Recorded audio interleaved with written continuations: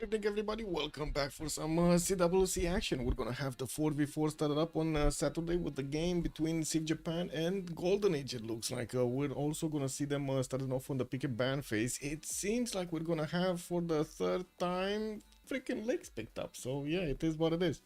We do have CivJP starting to ban Macedon, and I do see Alexander is gonna be banned, and Catherine de Medici on the second slot. I do see Golden Age will take out immediately Genghis Khan, so definitely they're not gonna want some ponies in the game here. Let me actually click a little bit on this. There we go. Yeah, this is what it is. Streaming on daylight, totally different. No, I okay, good evening, sir, and welcome. Good day, sir, and welcome. I see Lancer, hello there, sir, and welcome. Hailey, good day, sir, and welcome. Sasu, also bonjour, monsieur, et bienvenue. Echo Supreme, hello there, sir, and welcome. Flash New, also good evening, sir, and welcome. A good thing we don't have that much rain today, and hopefully we're not gonna see the or hear. I hope we're not gonna hear that many wee woos today. We do have also the second ban here for the Golden Ages. Looks like they're gonna take out Basil the Second. They're still not letting in the Tagma King over here. They're gonna go also for Hungary as their third ban, and I do see Scythia on the other side has been taken out by CivJP, especially after yesterday. You've seen what Scythia can do over there. 1,000 military squad with just ponies and Saka horsaches. That was quite something to actually see Sumeria getting overwhelmed. Well, we do need to take a look what the next two bands are gonna look like. And wow, for some reason the cat wants to climb walls. Anyway, yeah, Olympias gonna be next, taken out by CivJP. Two more bands to go on one side, one on the CivJP, and we're gonna see them starting to pick something up. I do hope we're still in the lobby here. Unfortunately, I was going next to my computer and I did unplug my computer, my internet for a few minutes there, or a minute or so. This is what it is. Anyway, let's come back to this. Lotaro actually ending up in the ban phase.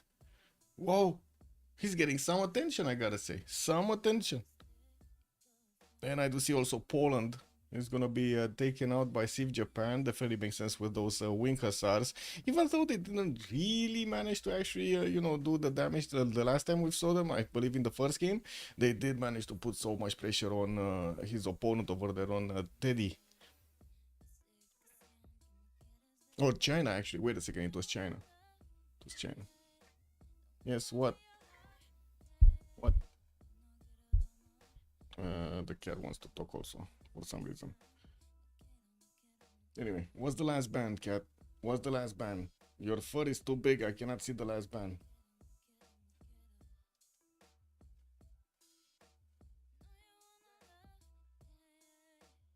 Come on.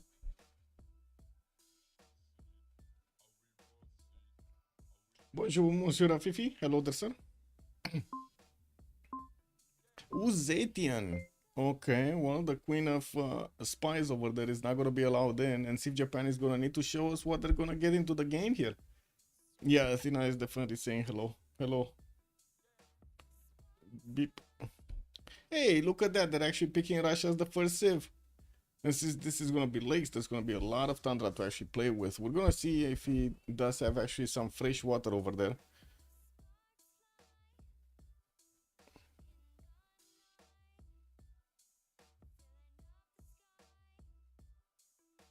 It looks like I'm getting abused over here by the little one, making me pet her. Kick.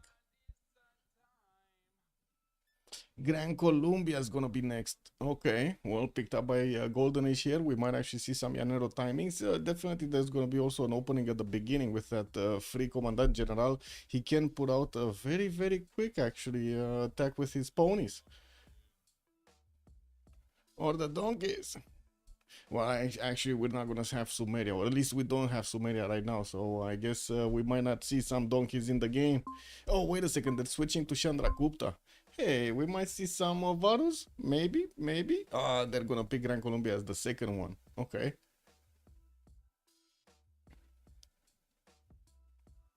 Why are you biting my hand? There we go. Kublai Khan, Mongolia, again getting in, again. Well, we'll see if he actually gets to use his K6 properly today. We did see him managing to push his opponent yesterday, so I would expect big things from him again. Actually, wait a second, wasn't he? Oh, he did get some K6 out, but he didn't actually manage to push. It was the previous, second to previous game, actually. And that was Genghis. Yesterday we had a seeming, I believe, Kublai Khan.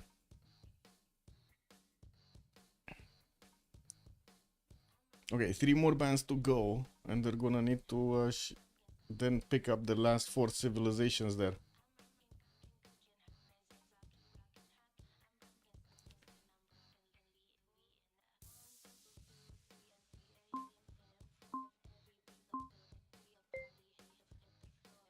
Take Nietzsche actually getting some attention. He's gonna be banned.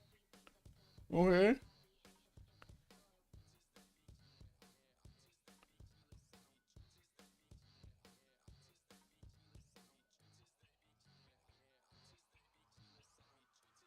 And it looks like also Kivyuk is not gonna be allowed in. We won't have the snow guy getting through. That is a bit unfortunate, but it does seem like also Spain is going to be taken out. No good internal trade routes here for the Golden Ages. Maybe they will pick something up because it doesn't seem like they actually do have a civilization with a lot of gold potential. Not at the moment, right? They went for Chandragupta and also Gran Colombia. On the other side, we got Russia and Kublai Khan. Neither of them are actually very good civilizations when it comes to actually generating the gold necessary to upkeep an army and also upgrade it. You kind of need to upgrade them.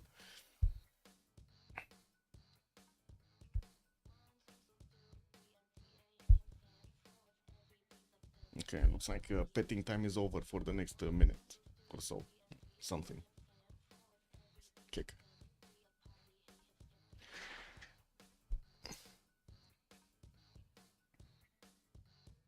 Let me pop out chats here. Click. There we go. What's next? Teddy. Teddy has been taken down. That's the second to last. We got one more band to go from each side, and we're gonna finally start to see what are they gonna get into the game. Their full roster here.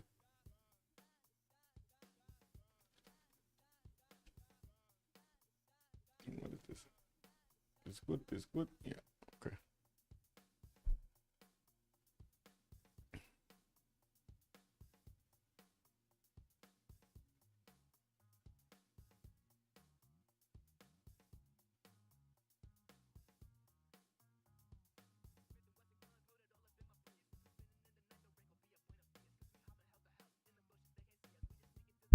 And it looks like goal. It's gonna be the last one that's gonna be banned here by the Golden Agers. That's Ambiotics Persona, and we do need to see the last band from Civ Japan. Did they actually manage to get into the lobby here? I do have to say this is kind of one of those stressful games here for the netcode. We do have a lot of ping, a lot of ping over here latency from Civ Japan. Hopefully it's gonna be actually good in the game. Yes, we need our patience. Nobody actually dropped from the lobby, so that's a good sign. I think they only reconnected, and I think I do actually need to reconnect myself because Comet was on -1 since I actually joined. So yeah, there we go, reconnecting. Come on, last one. What is it? And it's gonna be the other goal. Vercingetorix is not gonna be allowed in. Wow, too much production? I wouldn't really say so. I wouldn't really say so. I'm pretty sure there are quite a few other stronger civs. But anyway, let's actually see what they're gonna go for next. We do have Maori picked up here for the third one on the Golden Ages. Definitely a lot of potential for quite a few harbors, but not really well known for a lot of gold generation. We do need to see if during the game if he's gonna manage to actually get that going. Maybe, you know, get those naval trade routes with an ally or something.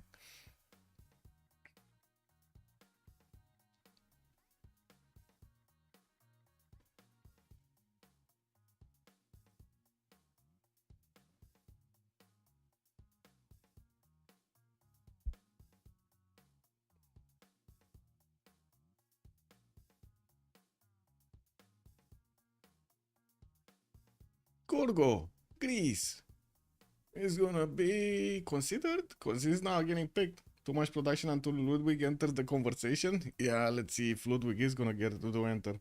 He's allowed in. He is allowed in. Right, this is their first game, so no extra bans over the ones that we get to see on the screen here, the 10 ones. The 14 ones, I mean. 16? Wow. Lots of bans, man. So many bans these days. So many bans. Incredible.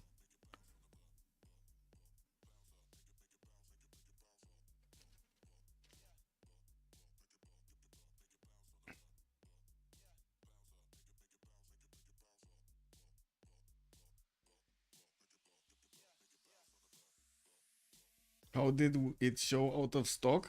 I don't know, man. What was out of stock? You mean the first promotion? The first promotion? I mean that one. It is what it is, man. My internet dropped for a few seconds there. The first one got picked up by Echo and the second one by Haley. I do see India is gonna be the last one picked up by Golden Ages, and we do have Tamar. Tamar actually getting through. Oh my God, we're actually gonna see Tamar in the game. I mean, I'm not sure if I'm that excited. I played it a bit in FFAs. It's not that amazing. Not that amazing. I guess we're gonna need to see it in a team setup here. Maybe it's gonna be a bit better. Okay, I think we do need everybody to actually join the lobby. Senkurakawa did share the lobby link a little bit earlier when we started the draft, or at least I guess even before. We did have a bit of a slowdown because MPH got updated, so we actually needed to update it also. I believe it's the good version now, right? We got 177. Hopefully, yeah, it's 177. And some of the players, I think they might still need to update it. They were concentrated to actually see what's going on over there on the leader picks.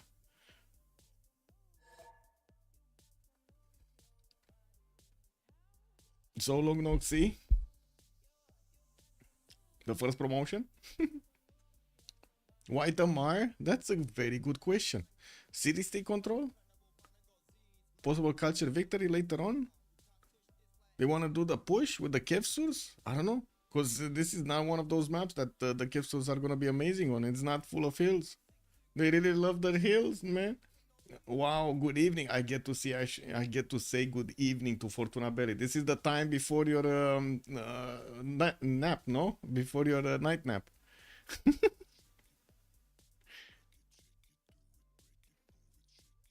Way before the Fortnite session.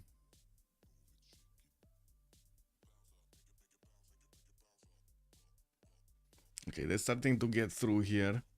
We do need to actually get into the correct slots, select their civilizations, and we do need to see also, I think, Belisarius to actually get onto the spectator slot. It's 11:20 p.m. Oh, that's early. That is early. Easy. Nobody picks Papal Primacy anymore. I mean, we might actually get to see it picked right now with Tamar getting through. I'm actually curious if he's gonna go full holy sites, if he just wants a little bit of faith from his walls or something. There are quite a few builds with Tamar. Tonight is daylight savings and you get an extra hour of sleep. Amazing. Yeah. Very good. Why do I believe that hour of sleep is actually gonna be spent in extra Fortnite sessions? Fortuna Belly. Why do I have that impression? Or whatever else game you like.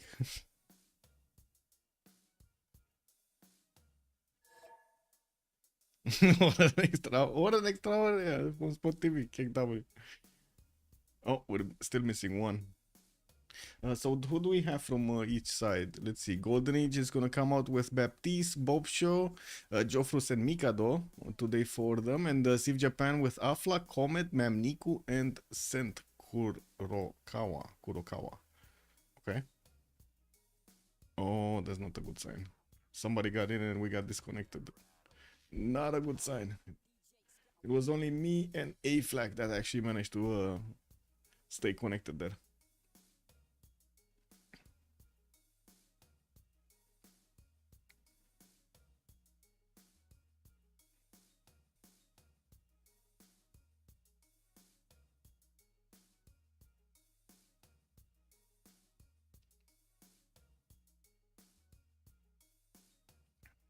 We just need the last one to get through. Wait, Mikado's missing? No, he's not missing. He's here. He's actually gonna pick an aggressive civilization. Usually he actually likes to sim. Looks like he changed his mind over here. Simon Bolivar? Is he picking Simon or is he not picking Simon? Because he's randomizing. Oh, he wants to change the slot now. Okay. Or Comet is asking him to change the slot.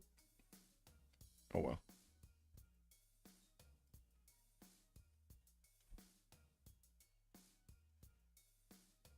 It's a little bit of a bump over there in the internet.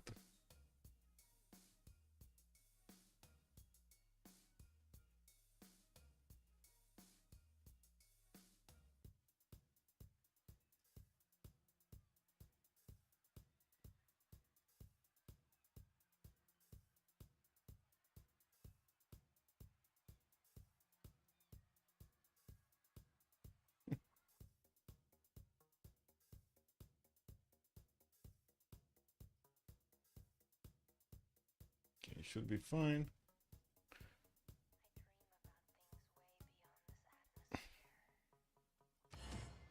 We got everybody in? We're still missing. No. I think we got everybody in. There are 2 extra slots here. So we got A-Flag playing Kublai Khan Mongolia. Baptiste is gonna go for Gandhi India. Wait a second. Bobshu is gonna go for Kupe. Didn't they go for... Wait. Whoa. Oh, so we had both Indias picked up by the Golden Ages. Ooh, that's gonna be fun. That's gonna be fun on the Golden Age. Actually, Gandhi and Chandragupta getting through. They still are willing to pick Kublai Khan. He's such a low tempo. It was visible yesterday. Ooh. Yes and no. What do you want? Do you trust Gemini? It says the winner of this game is gold, red, and white. Okay. That's a big one. I mean, I guess the question is, do you trust Gemini over the new stations, which are kind of dumb anyway? So, yeah, probably you trust Gemini more, you know? ChatGPT also. Anything is better than these freaking stupid TV stations.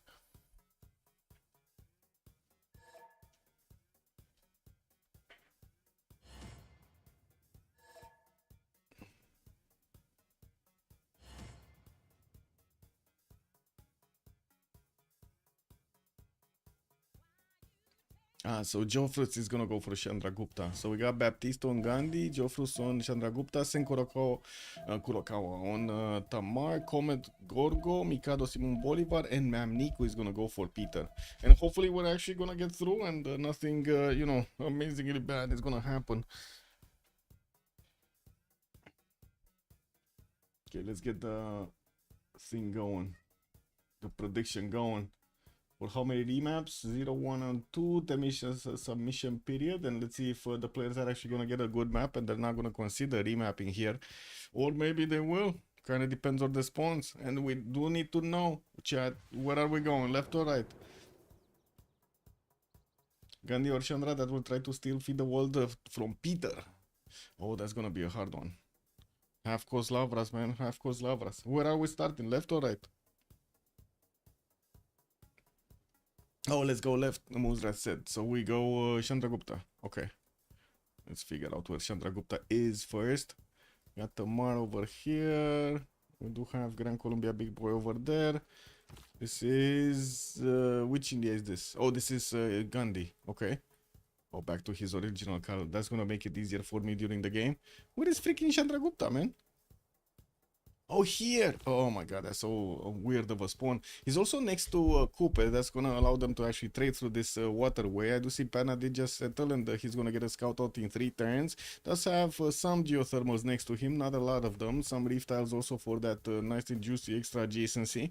And I do see a +3 campus can easily be how to say, placed over there. We do have him also with some freshwater rivers. Definitely on the east he's gonna have some spots, west side over here the river, and then the north is gonna give him some advantages. Auckland is also gonna be quite close by. He does have some resources, but I wouldn't really see him actually opening up sailing from an early stage by both Gandhi and Jofrus.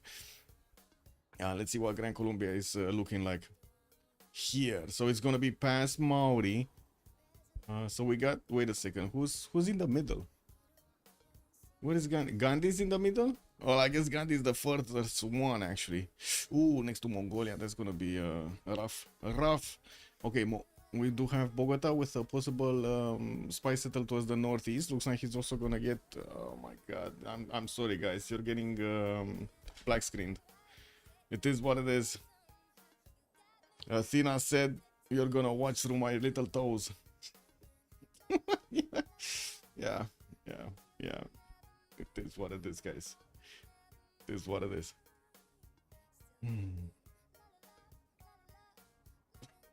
She did it again. Twyla Puffin, hello there, sir, and good evening, good day. Anyway, Bogota getting that scout in 3. Does have that nice cattle settle south with a lot of food from that underneath the settle and also the banana tile next to him. Good fresh water everywhere. I do see he's also gonna have decent chops for this development of the empire, and looks like he's gonna be quite like very far away from an opponent. Maybe later on we can talk about lion arrows going through, but I think ponies are off the table right now. It's way too far away. To the southwest, he's gonna have Coupe here. Bobju, this time around, actually, Coupe did spawn with a lot of features here with rainforest and forest everywhere. And I do see he's gonna get his own scout out in 3 with multiple turtles that are gonna need improvements here. Very aggressive, man. You see the turtles? They're very aggressive species over there.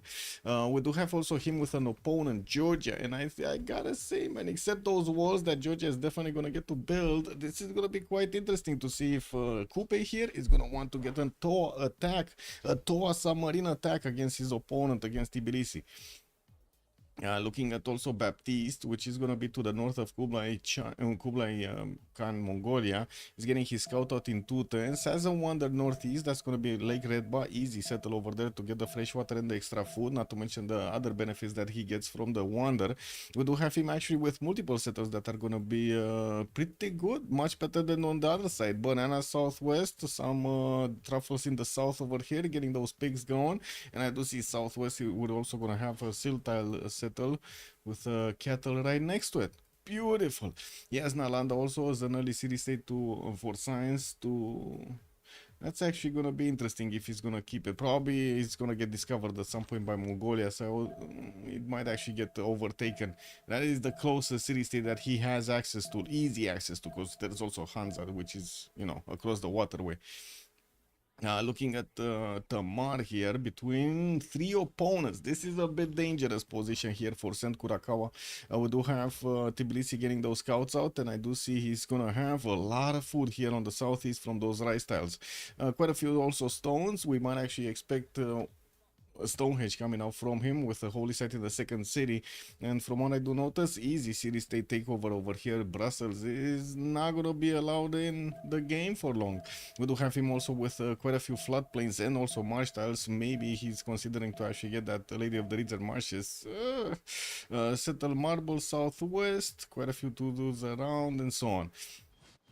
Lots of diamonds also. Lots and lots of diamonds here for him to actually get some extra gold. Diamonds and also pigs at the same time. What a combination. Also, Fortuna Berry calling out the cables. What is she even looking for behind the camera? She's no idea, man. No idea. I honestly think she's doing it on purpose or something. Turtle snap very harshly because she's not doing it other than when I actually open up the stream, you know, that's why I'm saying. Turtle snap very harshly at any perceived threat. Exactly, they're very aggressive species, man. They see finger, they eat finger. Let's see Gorgo. What do we have here? Sparta, banana settle from the beginning. He's gonna have an amber settle also on the western side. Pamukkale is a wander northwest, and it does seem like he's gonna have more lakes than actually rivers for the fresh water. A few mountains for nice adjacency towards campuses. Easy to actually get that going.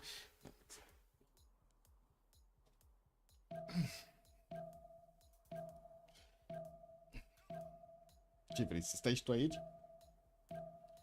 She wants to sit next to me for a little while. Yes. This is such a stone circles heaven. You're talking about the spawn over there on Tamar. He does have quite a few stone tiles and also a few marble tiles for that, to be honest. Yeah. But I think, I mean, remembering what the feedback was from multiple players, stones are just chops, you know, they're just disguised as chops. Let's see what Russia has. St. Petersburg, getting his settler out in 2 ivory tile and some 1-3 deer tiles. Oh, actually, he does have 2 ivory tiles for the extra golden and the extra production, but that's unfortunately stagnating his population because it doesn't have the food. Amber settle south west to get the extra culture, some extra food also from cattle tiles there. And I would expect here Earth Goddess to be the pantheon picked up. He didn't yet discover his astrology. He still has 2 turns, just as Geoffrey and Baptiste do have 2 turns. We're gonna need to see if he's actually gonna prioritize to get his religion quickly, because it might get snatched. It might get snatched by Chandragupta or Baptiste over there. He's also gonna be very far away from everybody. Like probably the first one to actually get close to him is gonna be India, and India will probably have other priorities to actually take care of, right? Talking about actually moving so far away to actually get into the Russian territory, that's a bit too much. That's a bit too much. Not a lot of fresh water. I guess you could get quite a few cities on these rivers, though. At least 2 over here, 1 over there, so 2 in total. We don't have enough space here unless he actually goes non-fresh on that maize tile, but he can definitely settle the penguin tiles a little bit further to the south. East side, let's have this settle right here, but man, oh man, this is just terrible. Like talking about half snow that doesn't give you any kind of yield over there is gonna be terrible. Anyway, you do see he did pop out his settler, and he still has the population problem here in St. Petersburg, barely growing in 6 turns to the second one, back to the second one. Almost can guess team names from the, yeah, I guess that's an easy deduction here. Oh, I do need to put up the team labels, no? But I think I need to take a look at Kublai Mongolia first, though. We're turn 9, we're right on time. Okay, horse tiles here, 2 horse tiles in the cap, a few deer tiles for the choppy chops. Rice tiles, actually, nice triangle over here for a lot of food from the farms. Well, he does have a few floodplain tiles on the eastern side. Would not really see him go there. And open question, where is he gonna actually send his settler here? He's sending it southeast. Okay, well that's gonna put him a little bit closer to a tobacco tile, which he can grab so he can get a free pantheon basically from the extra faith per turn. I do see he's starting to move and discover the land towards the north, and that's gonna put him a little bit closer to Baptiste. We're gonna need to see if they do actually get this going, and in the meantime I do need to actually put the team labels on. We got Golden Age on the left side, and CivJP on the other side. JP. There we go. Bam. Bam, boom, bam. Oh, it's gonna be a remap. It's gonna be a remap. Golden Age is saying no to this. Well, I guess they cannot get to Russia, but I don't think they know they cannot get to Russia, right? Yeah, they don't know. Maybe it's because Gran Colombia is in the middle, even though, man, they had Tamar in between 3 of them. Like, they definitely would have done a lot of damage over here to Tamar. Oh well, I guess we're gonna need to see the next map.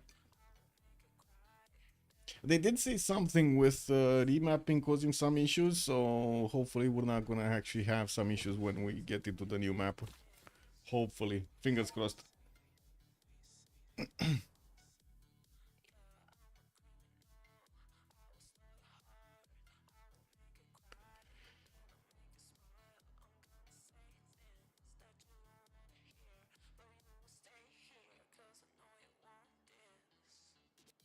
Man, that's a lot of food here. That was a lot of food for Georgia on the second possible city southeast. Insane amount of food. See if Japan just locked out. Well, it kind of looks like it's gonna be better for them to actually get a new one. Although Mamnik was in an interesting position here. He was far away from everybody, could actually sim. Not a lot of tundras for him though. Like I'm pretty sure he wouldn't have really wanted to go past Fez. Probably would take this city, but yeah, going much further wouldn't be that easy. We go right this time? We go right this time, okay. We do need the new map to actually get to generate here though. In the meantime.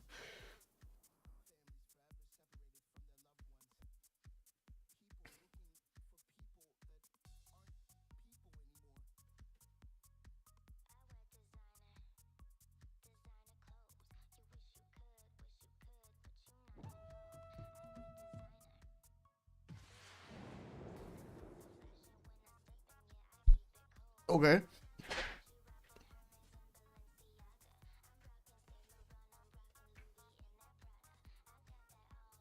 Stone Circles plus Liang 3, right 3 capital for Georgia. Ooh. Ooh, big production numbers and big food numbers. Let's see if he's gonna have a better one this time. We do need to take a look at Kublai Mongolia first, though. Let's see where he is. And I cannot believe we actually loaded in before the others. No, nothing here. Oh, there we go. There we go. Wait a second. He's kind of close to India. That's going to be one of his opponents here that he could actually try to do something about. And it looks like we do have also Gran Colombia Southwest. Well, that's a little bit tough to handle. And I got to say, these mountains are going to be quite easy to actually plug out. We do have a flag with, what's that, a penguin tile? No, that's a T tile actually. He does have a few of these opal tiles and cotton tiles for the extra gold. He might actually move one on the left so he can open up that opal settle on the eastern side, even though that could be a nice mine anyway. We do have him also with a few horses. This time around he does have a bit of expensive horse actually in the third ring towards the north there, and I'm pretty sure he's gonna want to get a city in the on the northern river. He's also gonna have Coupe on the eastern side, quite far away behind quite a few mountains, so wouldn't really expect him to actually pull off an easy attack there. But this is actually quite straightforward. Like going against Chandragupta, not the best target in the game though. I'm pretty sure the Varus will probably get to overwhelm whatever is coming against them. Taking a look at Simon Bolivar, we got Banana Central here in Bogota. Ooh, that's a lot of bananas. Also a wine tile on the southeast to match those bananas. Man, 4 freaking bananas in the capital, bro. Mă, ce faci? Stai și tu, pot, uite, și dormi. Incredible, man. What's if Japan strength better than Golden Age? That we are gonna get to see that. I'm gonna see their strength. Okay, so multiple freshwater cities. Wanders west side. He has Cliffs of Dover, and that's about it. Okay. Next up, Mamniku. We gotta see Mamniku, man. We gotta see Mamniku. What is this? St. Petersburg, amber tiles, deer tiles. We got a 1-4 there, and it looks like he's getting the scouts out ready. We don't have him with that much food, but he can grab the wine. That's gonna be super cool for him. And it's just 35 gold, so I only imagine they can actually gather the gold and get the wine tile for him. Gonna be extremely valuable at the beginning. We do see he's also gonna have a decent amount of fresh water east side and west. East side actually he can settle for days over here. And gonna be quite close to Chandragupta, which is gonna be one of his opponents in the north, and we might actually see some Cossack action later on in the game. Wouldn't really see some Varu action at the beginning, or pony action for that matter. So let's actually wait and see what's gonna happen if they do actually choose to keep this map or not. This time around they do have somebody that could actually get to, 2 players could actually get to Russia. This is a bit of a problem. CivJP still has a remap token, and we're gonna need to see if they do discover the danger they find themselves in. We got Gorgo here getting his scout in 2 multiple citrus tiles for him, 3-1 tiles to get the extra points of food there, but not a lot of production. I do see he's also gonna have, I guess, quite a few settles here. Not amazing ones. I don't really see an amazing settle anywhere. Like some nice and juicy extra luxury or lots of yields over there. It's just gonna be Old Faithful in the south, which is not that faithful. And then we're gonna have like what, the banana settle northeast, but that's gonna take quite a bit of time to actually get there. Like 1 2 3 4 5 and 6 to settle right next to that banana, unless you actually want to spend the gold for it, which yeah, gold is kind of at a premium. So yeah, Gorgo is gonna need to make lots of efforts here to actually make this spawn work. We do have also Tamar right next to him east side, and it doesn't seem like they're gonna have a possibility to actually trade with each other. We got Tbilisi getting his scout next turn, easy settle on the cattle on the north, and from what I do see also he's gonna have a decent amount of fresh water almost everywhere, lakes and puddles here, except the southwest. This southwest is just devoid of anything, but there's just some citrus in the middle there. CivJP will likely remap this, or again? Zoluk, hello there, sir. Yeah, Christina, somebody saying hello to you. Yes. Upsuner twice in a row on the same side as Stranda as well. Yeah, yeah. Well, wait a second. The last time it was on the northern tundra. This time is the southern tundra. No? Yeah, this. Anyway, Gandhi. What is Gandhi? What is he doing? Gunning getting more scouts out. Man, I was just talking about you. Somebody said hello on stream. What are you saying? What do you say? She's not saying anything. She's not saying shit. She's pleading the fifth. Are you pleading the fifth? Yes? She's pleading the fifth, okay. She's not saying anything. Anyway, Bobshu, what do we have here? Tehonianga nu ia cupe, gonna grab some spice tiles. In the capital, he does have already 3-2-1s for the extra food there and a little bit of gold. Definitely can improve them. We do have also some fish tiles for him to get the extra food from them. And I do see he's getting that settler out in 3 turns. I do see he's gonna have a lot of farmers to actually place in these lakes and the seas over there, or oceans, whatever you wanna call them. Kind of tiny for oceans. The destroyer makes the appearance. Yes, she's... I don't know what she's doing, but... Anyway, she's circling the keyboard, so if you see something happening on screen, it's definitely the cat, okay? It's definitely Athena. Eric Coffin also, hello there, sir. We do have Maori here. Where is he? Southwest, that's gonna be an ally. Southeast, that's gonna be Gorgo. Okay, so he does have an opponent in Gorgo, and I do see Mount Kailash is also gonna be in between. We might actually get to see him settle it. It's definitely much closer to him than it is to Comet. And taking a look at Simon again, we do have him here with the possibility to actually do some damage or take some damage actually from Kublai Khan, Mongolia. Otherwise, he's not going to have a target. Like, he has Tamar on the western side. Maybe later on in the game he's going to do something about it. It's definitely a lot flatter land over there than it is towards Kublai. Is that actually Kublai? I think Kublai is just cursed to actually fight India here on this map. And we got Gran Colombia that will probably want to fight Russia way more than he's gonna want to fight, you know, World's Tamar over here. Better World Tamar. And Jofros? Where is he? Panna getting settler out. Oh my god, that's a diamond heaven in the north. 3 diamond tiles, easy, 6 gold over there. Could easily settle on one and get the same yields. We do have him placing down his holy site, but still wants to get that settler out by the looks of it. And also pumped out 2 scouts. He's kind of late. He's kind of late to get the holy sites out. Like, Lavras should already be up here. Russia looks like he did actually get the wine tile gold. Oh no.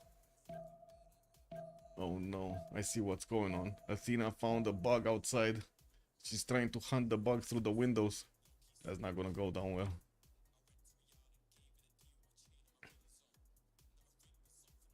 Where is his freaking Lavra?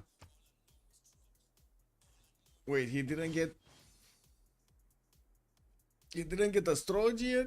Wow, that's late, man. That's late. Anyway, he did actually get his settler out, and I do see he did get a scout also to come with it. We do have him going north, but looks of it actually gonna go for the freshwater settler. I'm actually curious, is he going sheep tile or is he going here somewhere?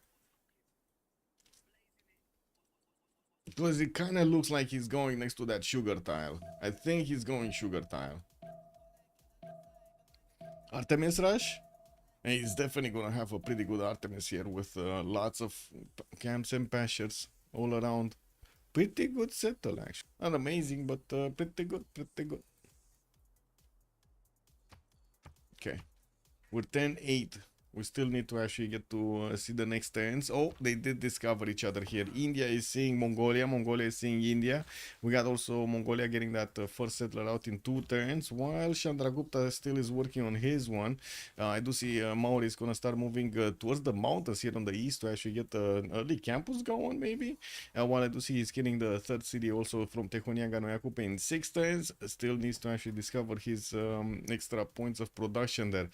We did have Greece also working on the settler. He did see the mountains on the western side to actually get some visibility over there, that he has the fresh water and also the mountain ranges to give him the adjacency points. Delhi doing the same. He did place his +2 holy site here, not on the river. Doesn't seem like he's actually gonna be eyeballing, well, neither of them are actually gonna be eyeballing river goddess. Neither India's It's turn 8. How is the holy side late? I mean, they didn't get the boost. What is this? They could have gotten the boost, but they didn't. Wait, who was close to a wonder here? I'm pretty sure there was somebody close to a wonder. Wasn't that, no, no, no, no, no, no wonder here. Gorgo? No wonder near Gorgo. Oh, Old Faithful, right? He could have gotten from Old Faithful. Man, don't tell me he didn't discover Old Faithful. He did not freaking discover his Old Faithful. That's what it is. That's late. That's late. Bad scouting algorithm. They did discover Mount Kailash though, no? Oh my god, no. They had, wait, so they had the opportunity to discover it, but they did not discover it. And Greece is now coming through. It's gonna take a while to get there. Anyway, so yeah, he did actually go next to that sugar tile. Looks like, of course, grabbing the extra tiles over here. He's also gonna meet India to the northeast. That is definitely gonna ring some alarm bells over here in Mamniku's territory. We do have him placing down his lavras, and we do need to see how quickly he can actually get everything going. He needs to get that religion as quickly as possible, because I'm pretty sure he's gonna have lots of competition to work against, I guess. Remap turn, continue. What? Oh, so they wanna go. They wanna go. So that is what it is. They're gonna go forward. No remap. We can actually close this up. Close the prediction, choose an outcome. One remap. We actually had a remap. This is incredible. And let's put out the prediction for who will win, so you guys get the points in before you actually know the answer. You know, I know what you're doing over there. So let's see. We got CivJP on one side, and on the other side, we're gonna have the Golden Ages. Dun dun dun dun dun dun. There we go. Super Florida man, good evening, sir. Would be quite cool to actually see that Artemis rush. I'm pretty sure he needs to rush a religion before anything else. Anyway, now let's see Joe Frus from the left side. He's getting the settler towards the north on that diamond tile, I would imagine. He's also gonna pop the next settler, the third one actually, from his captor in 5 turns before he's gonna finish his holy side. We do have him also with an iron tile second ring, horse tile second ring here, quite a bit of extra food from the sheep tile. While I do see there is a Mongolian scout coming towards him, it does seem like he has this. He's fine. He's on. Wait a second. Is he fine? I think he's fine, but he might not be fine, so let's actually see next turn. It kind of depends where this scout is gonna go, and where this settler is gonna go, and where this warrior is gonna go. Like, look at him, Jofrus is gonna want to get this blocked, no? Okay, he's getting the settler there.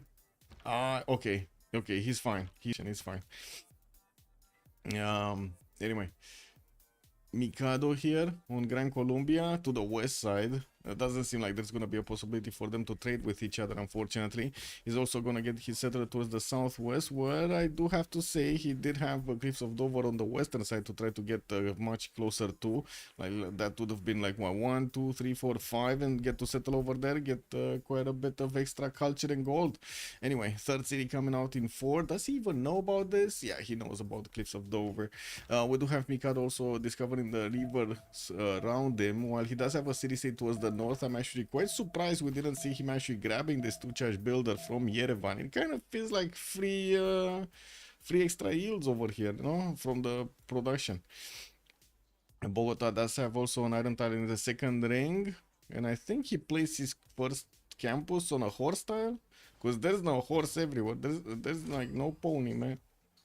They forgot the pony somewhere. Anyway, he did get a Guayaquil with a 2-2 base. Quite a few bananas in the capital that he's going to need to get to improve here with plantations if he actually wants the full yields to work for him.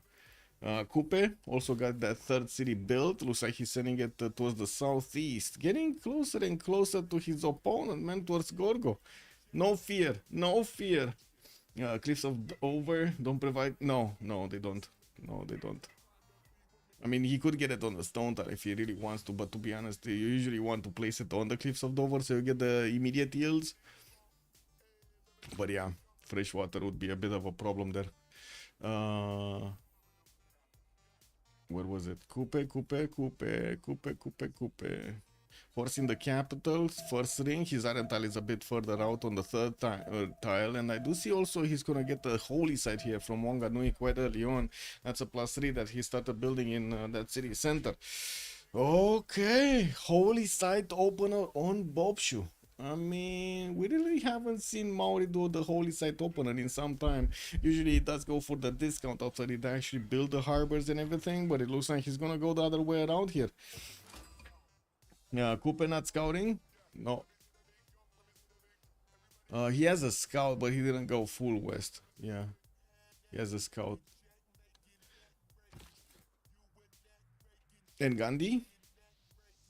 We got Gandhi placed in Calcutta, getting another holy site. That's going to be a nice +3, finally getting the splendid bonus. Third settler coming out in 410s, and I do see he did actually get to finish his first one. That's a bit of a differentiator here over the other India, which did prefer to actually go for the settler rather than actually finish the holy site before everything else. Well, the holy site is going to give him 1 point of a great profit, but he's not making the project, so he's not getting that close to recruiting a great profit. We do have him also with horse tile in the first ring. I do see his iron tile is going to be second ring to the east. Quite a few freshwater cities everywhere, and some geothermals to actually get him the adjacency. Not bad. We're going to need to see what is he going to do with Tamar being so close to him on the southeast. There's definitely quite a bit of potential over here of a 2 versus 1 or a 1 versus 2. You see how close they are? They're insanely close. We're going to need to see if Baptiste is going to go full berserker here. We do have Chandra Gupta discovering bronze, but Baptiste is kind of, you know, he's peaceful. He's getting potteries going. He likes to get cups and shit. Okay. Well, let's see what is here.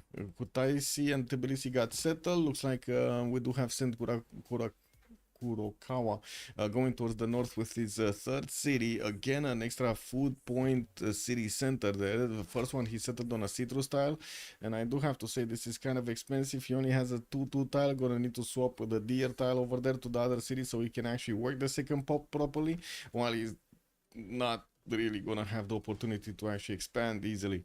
He did start off on holy site, so got 2 of them, 0 adjacency on both of them. This is very sad actually. That is very sad. Anyway, we do have horses in the second ring from Tbilisi, and I do see he's also gonna get an iron tile in the second ring. He got a builder also from Kiaguana. That's a 3-charge builder that he got for free basically from that. It's gonna bring him back and gonna start improving some stuff. Comet right next to him, very close by the way. Gorgo is so close to him. We do have Sparta getting a settler out next, and I do see he did actually place Argos in the north. Unfortunately, 2-1 base, and also he did need to spend the gold on the banana. Opened up with holy sites. What? Is everybody trying to get a religion in this game? Man, there's so many freaking religions. I mean, I totally understand on Chandragupta and on Gandhi, a little bit on Coupe, but Gorgo? Who's he gonna try to get the religion from? Gerard, good evening, sir. Coupe, I mean, it's not only Coupe holy side, it's also Greece holy side. What is this? The classic India without the religion strat? Yeah, kicked up. Juan J also, hello there, sir. Religious communities plus denying PayPal. Yeah, it seems like they're going crazy with the denies here. We got India starting to make points. We got Russia starting to make points. We're going to need to see if we're going to have enough religions for the ones that got the holy sites. Never seen a Gorgo opening with holy site. I mean, I did see it at some point. I'm pretty sure, was it that fish? I'm pretty sure Fish was playing it like 3 years ago with the Holy Site opener in FFAs, not in Teamers, in FFAs. Definitely different timings over there. Oh well. Apil, bonjour, monsieur. Can you check who is projecting? No projects here. No projects here. And no projects here. Nobody's freaking projecting for this shit. Nobody's doing it. Man, okay. Well, I guess I do have a pantheon here. Goddess of the Hunt is gonna be picked up by Russia, and I do see he's getting his monuments up for that extra culture. Did get the shrine? No, he didn't yet get the shrine in the Lavra, but he is building the next Lavras quite quickly, and maybe we will see actually him projecting at least once after he gets his monument out. We're still early days. A single project is not actually gonna give him the great profit, but yeah, I mean anything can happen Saturday. What was the disaster? No religion for this religious Civ game? I think it was Theodora. Yes, yes, we've seen it actually quite a few times. Theodora not getting a religion. It's kind of funny. It's kind of funny, man. Anyway, next up, who do we have? I have A flag. A flag, Urumqi Shanadu, Korakorum, opening up with encampments. He's very close to the Chandragupta, India. And I do see Chandragupta is still working on his holy sites. We're going to need to see if he's actually going to have the ability to get a general there. We do have Jofus going for bronze, working after he got the holy site opener. And I do see he's going to discover it in 5 turns. While Aflak is going for his pottery. He did improve a few of his patches on the horses. And I do see he got at least 1 amenity going for that city to be happy. Is this a campus? No. It's a... what? Wasn't that a +3 campus? Anyway. I guess it is what it is. An encampment in the face of your opponent is much more important than the campus with books, no? Especially at the beginning. That's how it looks like. We do have the traders coming out from Xanadu, and we're going to need to see how he's going to connect everything up. Craftsmanship is coming up in 3 turns, and wait a second. Did he not get a government title? Where... oh man, he did not. He actually did not. He's going for craftsmanship instead of early empire. Interesting. Well, I guess he's gonna get the boost from his allies anyway, and he would have gotten the boost for himself because of the pop. And there we go. Russia is actually rushing Temple of Artemis. He still didn't build the Lavra, nor did he chop it. We did have him getting Goddess of the Hunt, so he's getting that nice and juicy extra gold. And isn't it like 1 extra food point also on the camps? Anyway, 2-charge builder here would actually benefit quite a bit from improving at least 1 salt mine to get those amenities. Ce faci, mă, neliniștitul? Ce-i pățit? Stai cu minte. Așa, praf. Nu ai voie la cap. Ok, there we go.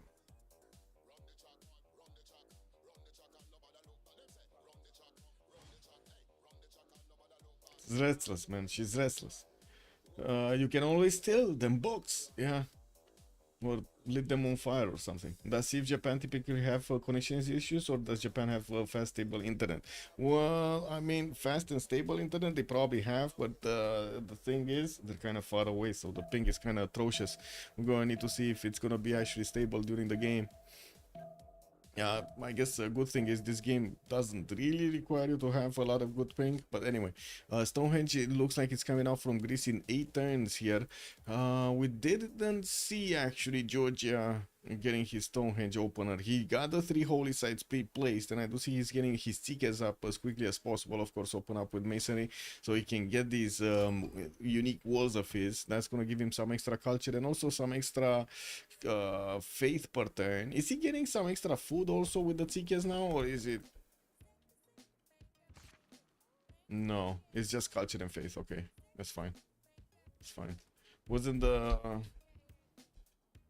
second... no, okay, it's fine. Moksha in 4 turns in Tbilisi, and I do see Georgia is bringing that builder back from Caguana to start improving some stuff. Gonna connect Sukhumi actually as his first city towards the capital, so he gives him a little bit of help there. Kutais is still working on his tickets over here on the western side, and I do see he started improving some of his stone tiles. Still no pasture on the horses though, and I do have to say he's kind of close. He's kind of close to his opponent. He needs to be careful. Actually, both of these. Can you imagine, like, right? Oh my god. I do see a disturbance in the force, guys. Baptiste is actually opening up bronze, gonna get the boost from Chandragupta.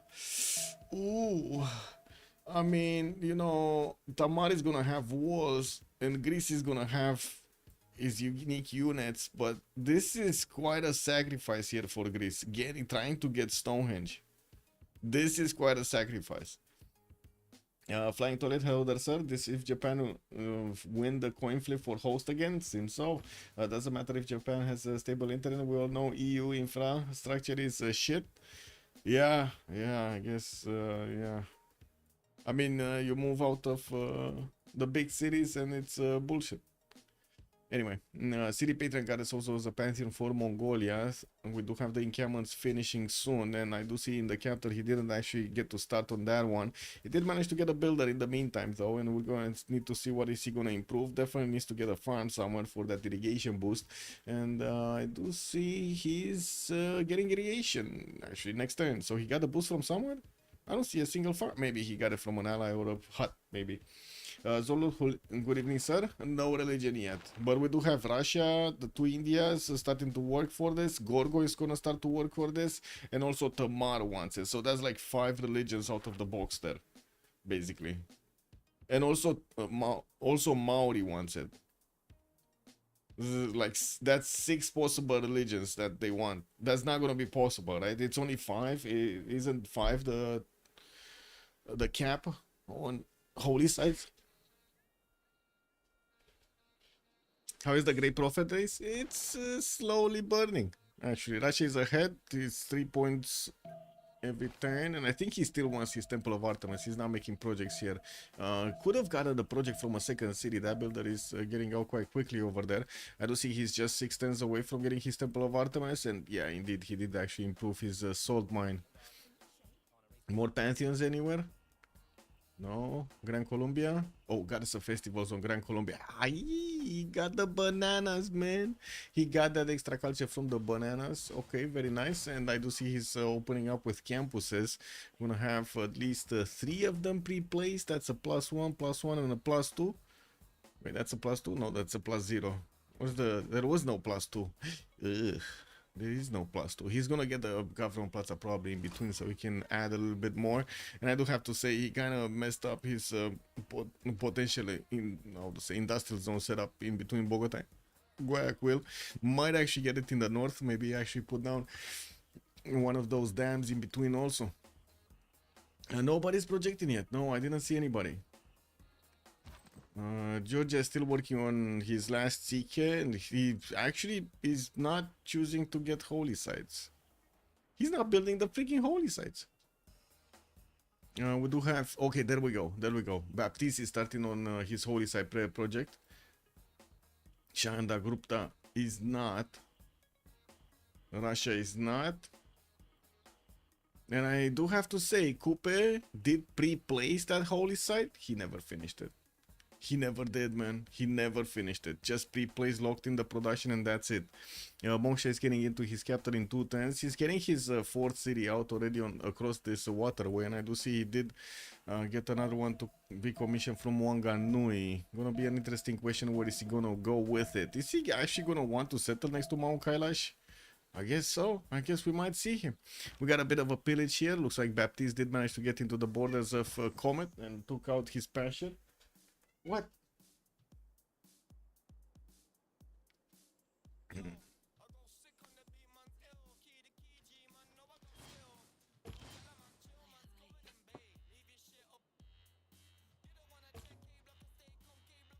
Little monkey.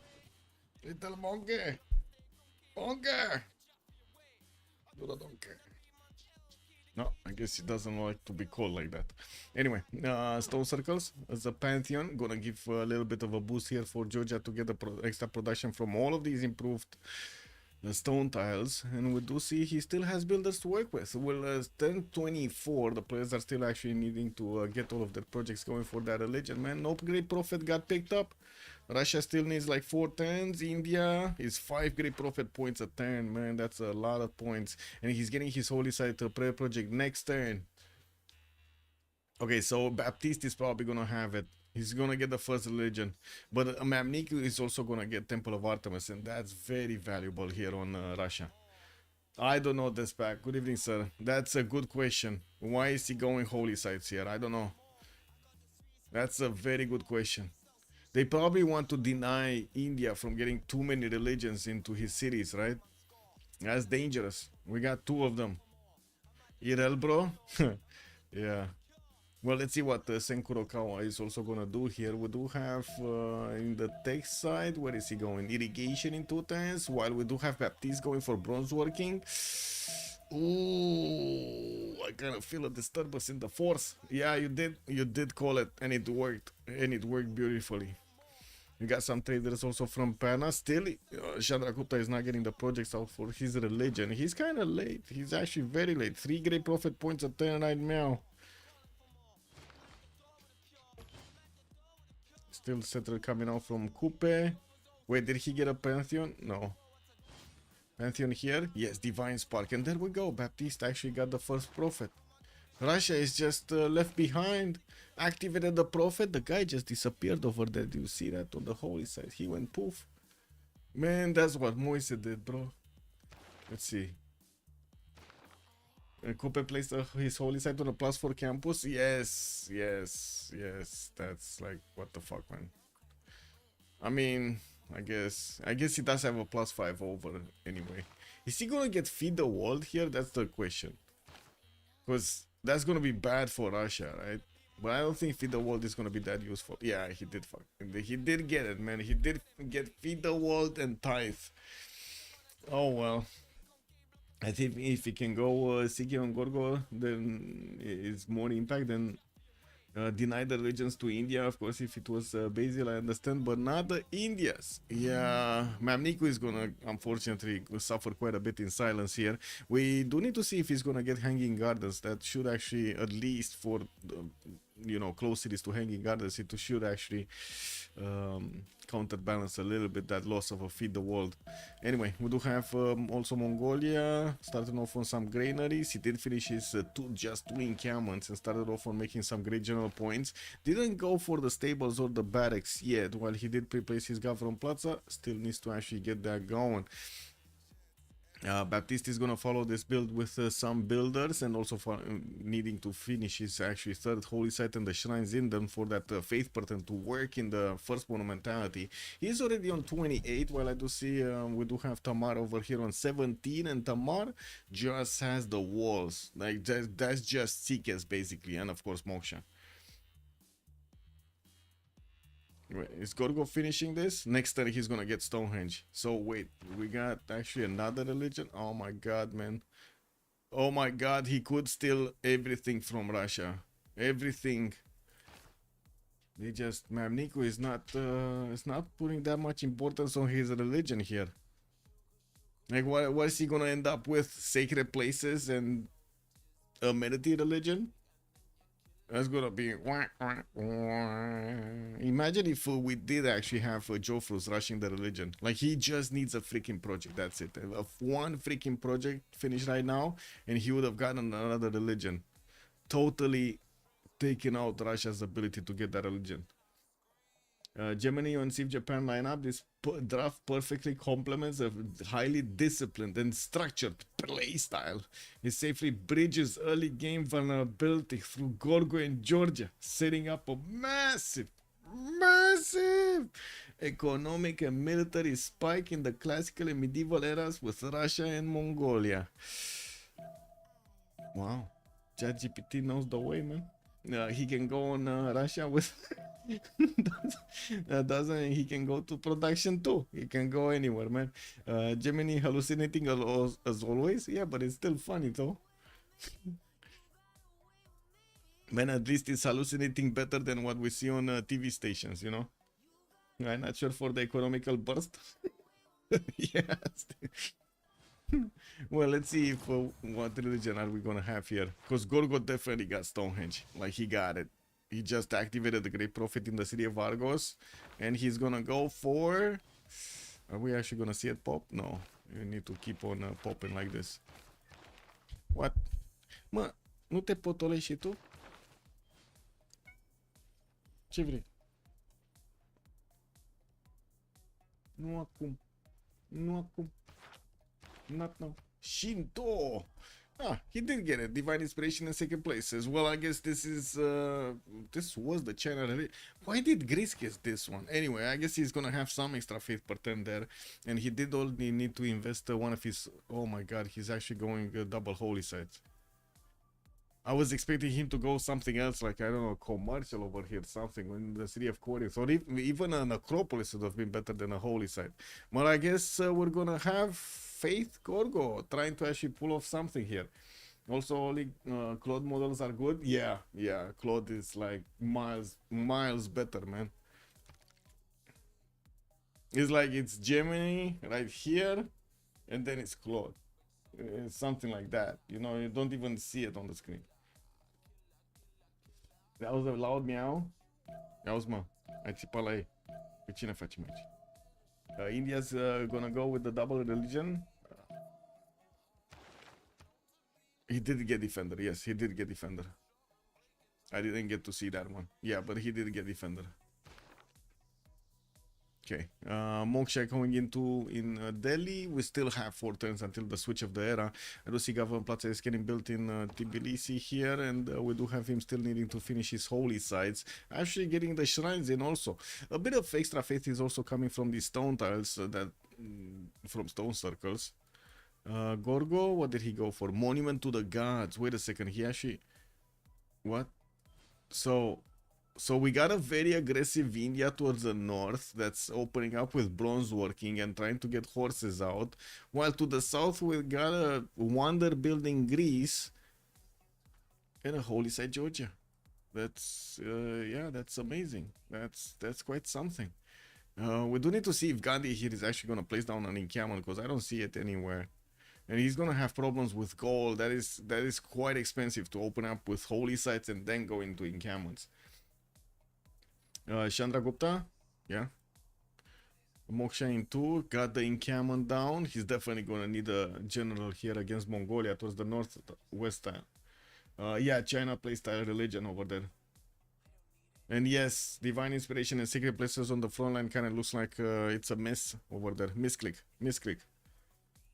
4 cities also from Gran Colombia. We do have him getting the 5th and the 6th actually settlers quite early on. Liang is going to be established in his capital. He's going to want to get that extra food and production going. While I do see also Guayaquil is going to get Moksha in the south. Did place his governor plaza in between his 2 campuses so he can get those extra adjacency points going. We did have Temple of Artemis also finished up on Russia. He did manage to get a religion, and he went for choral music with pilgrimage for a little bit of extra culture and of course the faith that he's gonna get out of this religion. We got him still building up the shrine count, and I do see he's getting an encampment training project from a very early stage over here. He's gonna need to defend against 2 opponents, right? He's gonna need to actually fend off attacks from Gran Colombia and also from India. That's not gonna be like Jofrus over here. Not gonna be that easy. Yeah, we also do have him needing to actually build up his shrine count to get the benefits out of that religion. And he's barely 19. Wait, I say barely 19 culture, but that's a lot of culture at this moment in game. Like, especially since look at Gandhi, just 6 culture a turn here. He's getting his missionary already going. Oh, it's already going? What is this? India got a builder from Lahore. Could try to get another one. That's a 3 charger just waiting for him and waiting for his scout. But that's far away. Wait, is this missionary actually planning to get to Chandragupta? Because it kind of looks like he's not gonna get there safe. Anyway, I guess we're gonna need to see if Bobshu is gonna allow him safe passage. We do have also the other India, Chandragupta, going for work ethic for the extra production and also holy waters. So we got like on the same team here. It's the 2 Indias, right? Nobody else actually got a religion, so he's just, and they're gonna have feed the world and the work ethic to spread to each other. I don't see a profit coming out from Chandragupta at the moment. Anyway, now Moksha is establishing the next turn. He's also going to get the monument out next to get that extra culture. Government Plaza down from Greece. Moksha got through. He didn't actually repair his horse. Unfortunately, he's not acquiring horses. And I do have to say, Greece doesn't have that much faith. It's just 14 faith a turn. Chandra points for religion. Sure. It's 5 points. 5 points. It's a good game to play to have +3 and healing. Tamar is about to get denied by Coupe. That's gonna be funny. I don't think Coupe actually finished the holy site. Oh, he did. He did actually finish the holy site. Wait. But he's getting the holy site project in 2 turns. That's a bit late. I mean, it's only 1 religion left. And Cooper looks like he's gonna be the odd one out. Because we got next turn Holy Side projects coming from Tsukumi. Wait a second, where is oh my god, he needs 2 of them. He actually needs 2 of them, guys. And Maori just needs 1.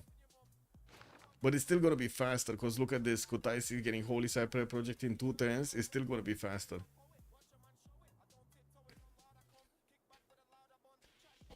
I don't think it's.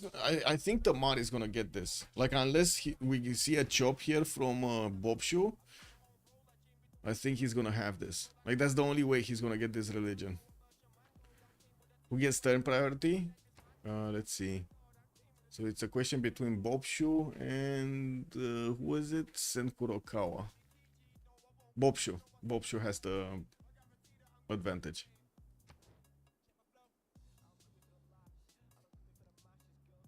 You think Maori is gonna chop this? I mean, he does have a builder ready, don't get me wrong, but is he actually gonna chop this? Is he last second chopping here? Man, he's waiting with the axe right next to that tree over there. Very unlike Maori. Have you seen Maori? He really likes his forest over there. He is like a tree hugger. In a good way. In a good way.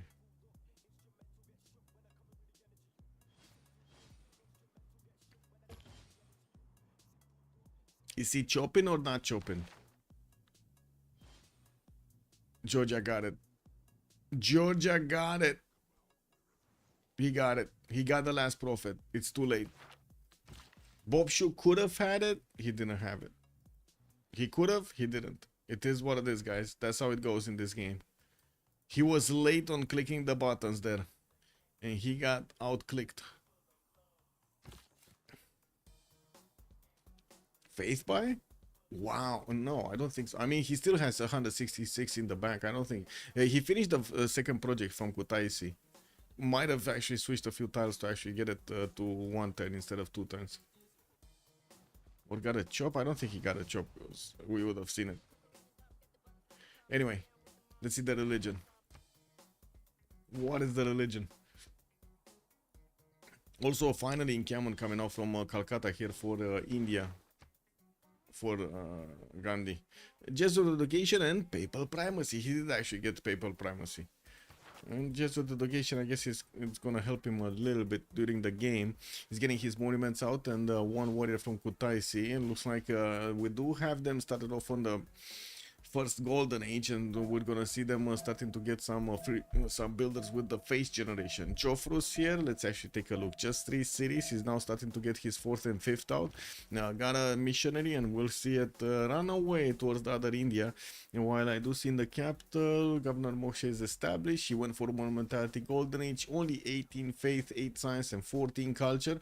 While his opponent already has a general, he's also getting another general, and I do see him getting the campuses up. So it kind of looks like we're gonna have a flag here getting his stirrups quite quickly. That's gonna be a problem here for India. Mikado, Pembrush and Boys Golden Age, 16 science and 21 culture, 4 cities strong. We do have him going for another city settle here on the eastern side, while Guayaquil is getting his 6th one out. Liang did establish in the capital, and I do see he did actually plug in the extra point of food on these resources. I would expect he's also going to go for the extra point of production. That's quite a few resources that he's going to get improved here. More bananas to also get plantations and get the extra culture from those improvements, while I do see we do have more builders coming around, and that's it. Anyway, next up, Coupe, 5 city strong Coupe. Unfortunately, no religion Coupe. He didn't get to chop. He got the snip. And now we do have audience chamber in Tehuanianga. Now have Coupe getting built in 3 turns. Very, very unfortunate holy site placement that takes away from a beautiful campus while he's gonna get the harbor down. I do see he's also placing a few more cities in the south here. Wait, how did this Indian builder get into his freaking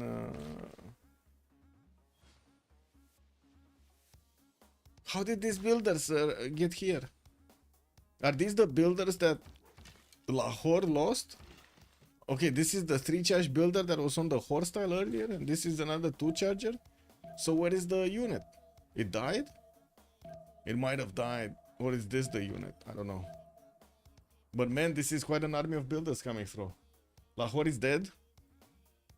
Well, I mean, it did lose most of its builders, you know? This is what it is. Anyway, Bob Shu here, Goddess of Tides. He's getting the extra culture on his coastal resources. Doesn't have that many, unfortunately. And I do not see him actually going for bronze yet. We do have him discovering his horseback riding in 3 turns though, and I do see he's on 36 culture. Lots of culture at the beginning. 72 points of production also puts him way higher than anybody else in the lobby. Gandhi, 9 science and 11 culture. Still wants to get the expanse going before he's gonna finish that encampment in the city of Calcutta. While he did manage to get the second district slot in Jabalpur, he didn't actually place something up. He's working on horseback riding, getting his political philosophy going, and improving quite a few of his plantations in the capital, getting the incense up, so he gets the extra faith, the gold, and of course the production. He did also choose to go for a Monumentality Golden Age, and he's on 34 faith a turn. Not bad to actually invest into these builders at the beginning. Tamar, also Monumentality Golden Age right next to him. 4 cities strong, getting granaries, and also, getting some discounts on campus here. That's gonna be a +2 in Kutaisi. While I do see he does need to actually get his bronze working to start chopping some of these rainforest tiles, he's investing his nice juicy 44 faith a turn into these builders. And I do have to say, at the moment I don't see an extra settler anywhere. He's gonna need to get more cities here. I do have him 12 science, 25 culture, 55 points of production also. I do have to say Gorgo here, it looks like it's in quite a predicament. He's 13 science, 23 culture, Monumentality Golden Age, just has 17 faith a turn, and it's wonder building everywhere. He's getting an Acropolis out here, Gavron Plaza in between, no commercials, no extra production. He's getting a 4th city out also. I guess this is gonna go here, yeah. Southeast. A Temenanki building Corinth. Man, this is. Is it just me, or does it feel like Comet is in a little bit of a dream? Like Inception dream? So, like, you know what I mean? It looks like it doesn't match what he would need to be doing during the game. Did CivJP deny the generals? Let me see. I don't think they... Wait. All 4 of them got picked up? So we got Sun Tzu. We got Hannibal Barca, Mongolia. Russia did pick Burika up. And Mongolia got Trung Trak. So, yeah. It did get to deny all of them. All of them. We believed in turn 90 Mamniku Rock Band culture victory just like the Civ Australia days. Oh, no. It's a setup for the rock band. I mean, man, by the time those rock bands end up here, I don't know. The game is gonna be over, bro. And look how much territory they need to actually pass. Can you imagine? They're gonna get bored. Have you seen rock banders? They're gonna get really bored really quickly. Excuse me, Gorgo, you got a Varu Plamo? Yeah, I mean, no Varus yet, but yeah, I guess hoplites are gonna get some defense up. Pretty good defensive units. Anyway, let's take a look at Mamniku. 15 science, 30 culture. Started to pump out some more settlers here. Did get Ancestral Hall in his Gavron Plaza, so that's adding more production towards these settlers and also allowing him to get a free builder whenever he's gonna put one down. We do have him also getting a preserve over here. Unfortunately, that's a bit out of the way. He's not gonna get to use those northern tiles there. That's a bit unfortunate for the preserve. This is what it is. Why did he get to put that preserve over there? It is awkward. Pingala is established in Yaroslav city, and I do see he's still 1, 2, 3, 4 more cities, right? So he's gonna be 7 quite quickly. And still no theater square from him, still no commercial from him, but he's 20 gold. He did manage to get a lot of gold per turn from these improved ear tiles. Looking also at Kublai, we do have him starting to get his orders out. New settler dispatch from Xanadu and Karakorum, another two are coming around. He does need to take care of the Simon Bolivarian scout, and from what I do see, he doesn't have a unit to take care of right now. He's getting a scout of his own, and he might actually want to shift enter it on his government plaza, so it doesn't get pillaged. He does have the 7 pop open from Xanadu, but did not actually choose to go for something right now. Is he not gonna put down something, or is he waiting for the? Because I'm pretty sure he has already commercials open up and campuses, and I don't think he wants a theater square. Russia got an encampment on one side and a preserve on the other side. Yes, yes, yes. Like Kazan is gonna hit them with trees, and on the western side, Yaroslav is gonna hit them with sticks. Basically, I don't know, you choose. You wanna be hit by a tree or a stick? Makes total sense. Goal difference gonna be there? Between who? Between who and who? Right now it doesn't seem like this. Well, I mean, there's definitely much gold being generated here by Golden Age, but it doesn't seem to be that much of a need for gold either. Ancestral Hollow on Tbilisi coming out in 3 turns. Looks like also Georgia is going to want to expand with that specialty building. Not going to have that much housing though, and we're going to need to see how he's going to fare without it. Coupe has the harbors. Yeah. Also, audience chamber getting out next turn here. He did get his first theater square. We'll need to build a mare in it. His unique amphitheater. He can still grow into those tiles. I mean, he can grow, but he cannot work them, no? I mean, it is what it is. Anyway, still got 6 culture out of that. I do have to say, looking at the top right part of the screen is a bit of a challenge for me, because that's exactly where the reflection from like outside is coming through. So it's yeah, I might not actually get to see some information from the right side, from CivJP, because just it is what it is. India will also need to get one of those next generals. Unfortunately, only medieval and renaissance and forward are actually available right now, and it's gonna be LC the next one. Mongolia does have just 3 points. We got Russia on 1, India Chandragupta on 3. He didn't get a general. No, he didn't get a general, and it looks like he still wants to start to expand here, getting another 2 cities out and building up Warlord's Throne in the city of Mumbai. While I do see Mongolia sending just 1 pony. This is just 1 pony trick. Oh man, is he gonna actually do damage here? Because you know, I've seen it before, man. 1 pony, not with a general, just 1 pony taking over cities. Who is it with Mongolia? Was it with Mongolia? I think it was, right? Who died in the Go tournament very early on? Who was the only one that died in the Go tournament being rushed with horses? The most obvious horse attack. Camels coming out from Georgia. That's the first one that's getting placed down by Batumi. And I do see he's starting to actually try to get some pillages in the territory of India, of Gandhi. Calcutta still didn't finish the encampment, but of course he does have, since he did open up bronze, he does have the ability to actually chop some more here. Okay, what's happening? New settlers coming out. Russia is starting to get some of his own horses. Doesn't seem like he's worried that much about Grand Colombia's presence towards the northwest, while Grand Colombia is getting his Warlord's Throne. He's also improving everything he can over here in the city center of Bogota, especially the resources to get as many yields as possible. Got the extra production also, and now these bananas look extremely juicy. I do have to say, it's kind of weird that he didn't actually swap everything. Like, honestly, when he plugged in Liang, I was expecting him to swap every one of these tiles to the capital city. Don't you think that would have been the best way to go here? Getting all of the juicy extra food production from these tiles in the capital city, which do get improved by the one governor that is, you know, unique to that city center? No? He swapped 5 resource tiles for the 5th pop. Where is he? So he has 1, 2, 3, 4. What's the 5th one? Oh, I see. Stone is 5. Right. Yeah, but he would have grown a little bit faster, no, with the food. Because Guayaquil has no food. I mean, that city was, yeah, it was all in the plan. It was all in the plan. He needs to definitely buy out the sugar tile on the western side to get some more food and chop this 1-2 forest. Anyway, let's see. City states.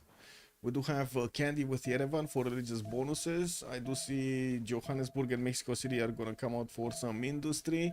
We do have also Mitla, the only one for science. And Gazargamu, Kabul and Lahore are gonna provide some military bonuses. While I do see also Namadol, Kiaguana, Antananarivo are gonna be the ones with culture. Okay, okay, we got quite a few of them.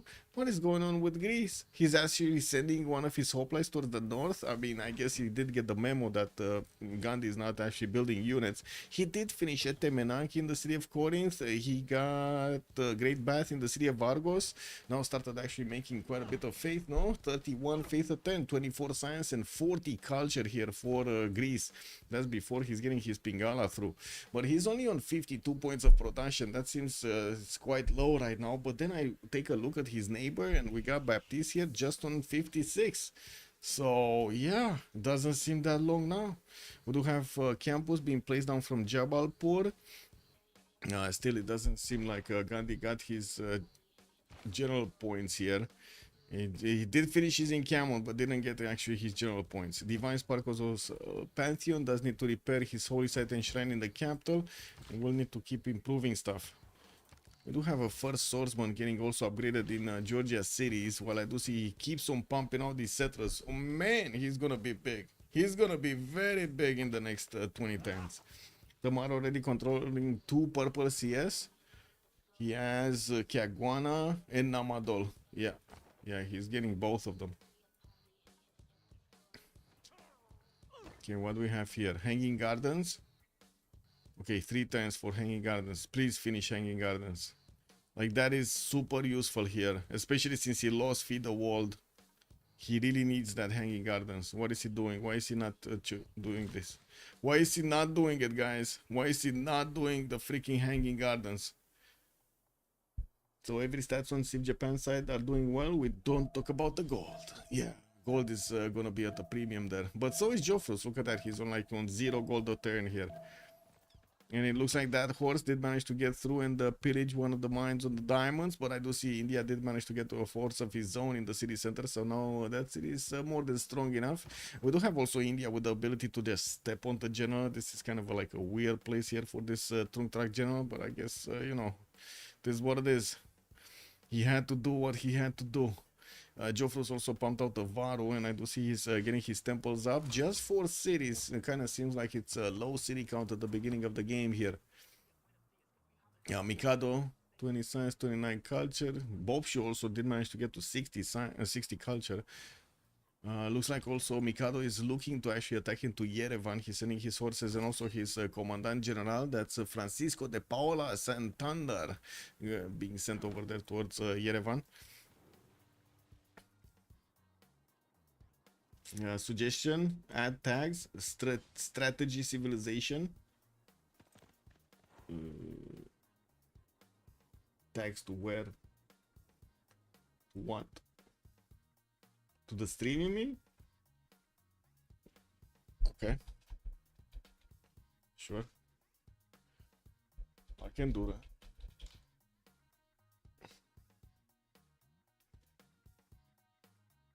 There we go.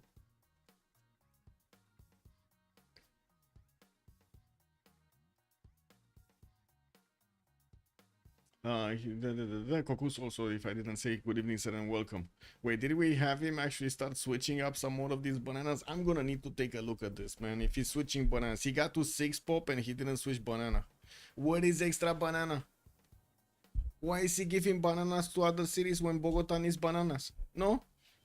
Oh man, not min-maxing, man. He's trying to min-max, but he's not min-maxing. We do have Georgia already with 1, 2, 3 settlers out, and he has a fourth one coming out from Tbilisi and Kutaisi, fifth one actually. It's first Varu that we get to see also in Jabalpur with Governor Magnus. That would allow India to actually get quite quickly some of these units out. Still didn't make the general points though, and it's gonna be at least 2 or 3 projects to actually get there. He's barely making 1 point a turn. Give me a second so I can. Andres. It's the great Pippi reveal. No, I'm kidding.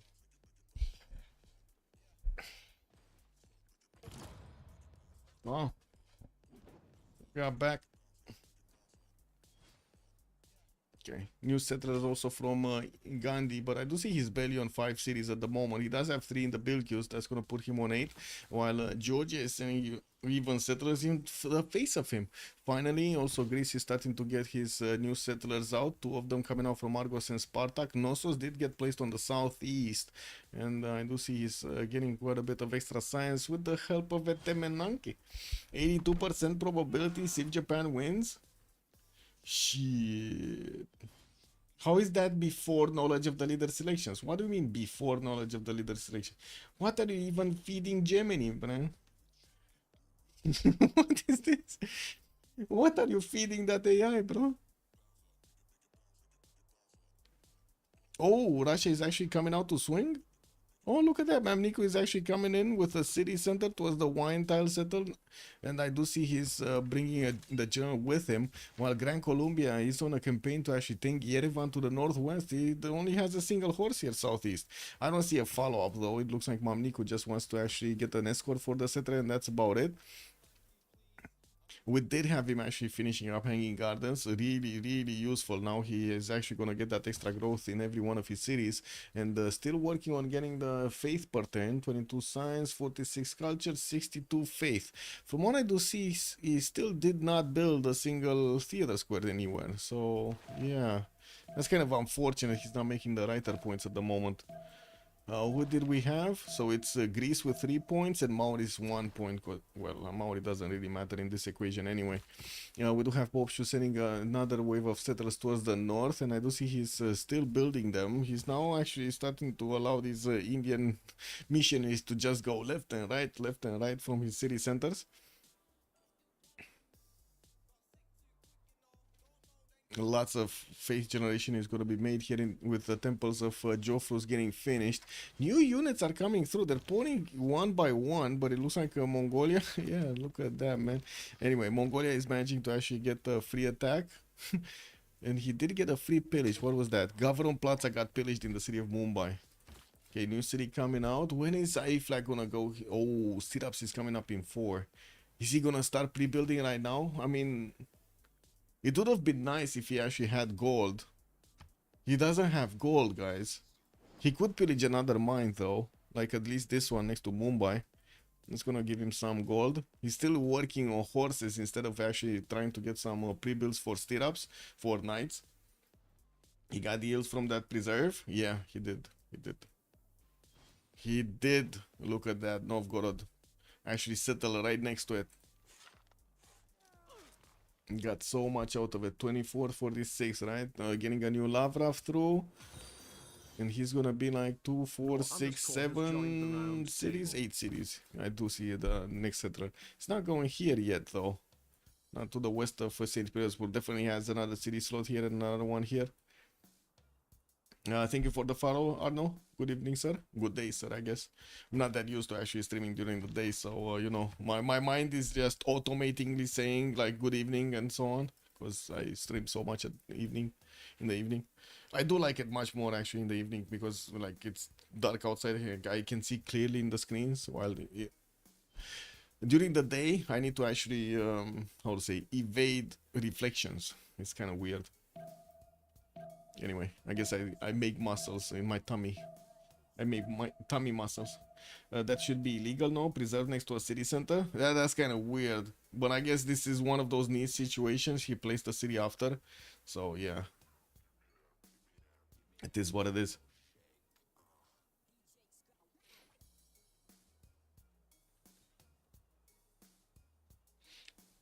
I mean, it's not, the city center is not counted as an improvement, so I guess it kind of makes sense that it gets the bonuses anyway.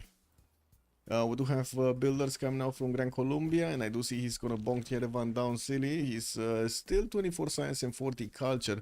Still did not get, not even close to actually getting to his Llaneros. Lots of improvements to be made, and he still, look at that, man, still 6 pop. He didn't switch banana. At least he did get his iron tile improved, and also the maze tile. He's gonna have quite a few chops to go. Those are for the... Yeah, exactly. The rules are not for Russia. Kick W. Yeah, I do see commercials are followed up by Greece, and he's gonna finally get some extra gold per turn. He's on 33 science, 48 culture, way bigger than Baptiste, 19 and 26, but he's also 62 points of production. We do have him following up his Acropolis build with amphitheaters here, and he's gonna start rolling in quite a few points for the writers. I'm pretty sure he did recruit at least one. Yeah, there we go. Ku Yuan. He recruited Ku Yuan. What is it? Shu Yuan. I don't know. Anyway.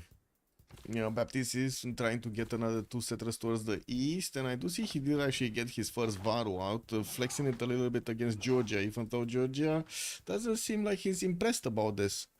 You know, like what is the Varu gonna do? Go into the marsh tile? He's gonna get distracted by these banana tiles. Oh man, get him the coffee. Can you imagine an elephant on coffee? That sounds dangerous. That sounds like the Baba elephant from Ace Ventura. Wait, what is this guy doing? If like he's trying to do something here, but cannot really do much. Oh my god, look at this line of horses. They're going in. They're going in, boys. They're trying to get through. Anyway, Varus are getting one trend from the city of Agra, and I do see lots of builders are going to the east side here. Koziko did get placed, so he can trade with Maori, right? They are already starting to get those setups going for the trade routes. Mongolia did manage to actually pillage the diamond tile, but I do see him still going for the coursers. I mean, he's going stirrups and going for horses. I mean, not coursers. He's not gonna have freaking knight pre-builds. I guess he's gonna hard build. There's no other way, no? It's an average India bus driver. Choo choo. Bonjour, Kerrigan. Hello there, sir. When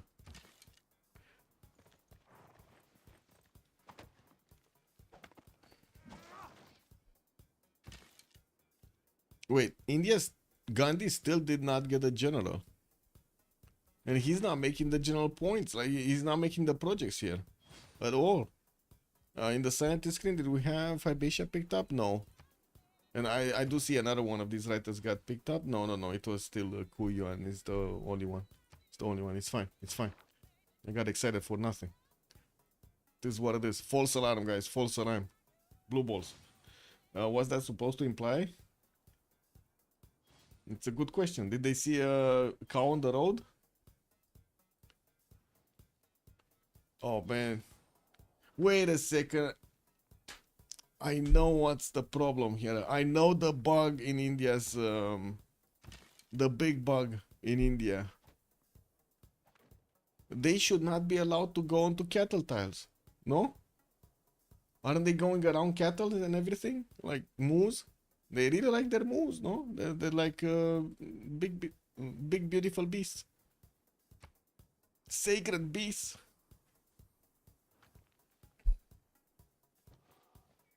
Did India chop them cows? Oh shit. Did he do? Oh my god, he did a sacrilege. Wait, I think he did. I think he did chop those cows. Oh, that is unfortunate. Yeah, very bad India. Very bad India. Civ6 right there. Yes, very bad. Very bad. Oh man, you gotta love those moves, man. Wait. Yeah, there's no more cattle anywhere. There's only horses. They only let the horses live. Anyway, this is what it is. We do have a few of these Varus being sent towards the south, and I do see Mamniku is sending some of his units there. Looks like Mongolia is getting through in his territory and did manage to shift it around to the amber tile. A-Flag will also have the ability to smack one of these horses that got out. Of course, I do have to point out Chandragupta did not manage to actually get a general. I don't see it anywhere. While we do have Mongolia with quite a few generals of his own, lots of builders are coming around for Mongolia. A-Flag probably does have already feudalism for the extra charges on each of these. Does he do? Yes, he does. He does have serfdom arm. Also, cannot attack cow tiles? Yes, yes. Why is he attacking cow tiles? They should actually make it, you know, like you see a cow, it needs to actually go all around. Like he cannot get close to the cattle tile, right? Anyway. Let's see what's going on here. Settler moving on the maze.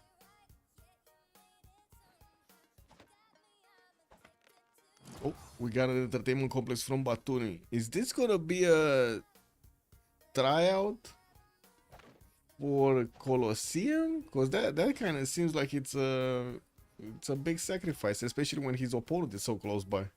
Anyway, yeah, we do have Comet also meeting the scout in the north past the pigs next to Kabul, and I do see India is coming in with another settler on the western side. Actually, he's gonna get the connection towards Maori to get a little bit of extra gold.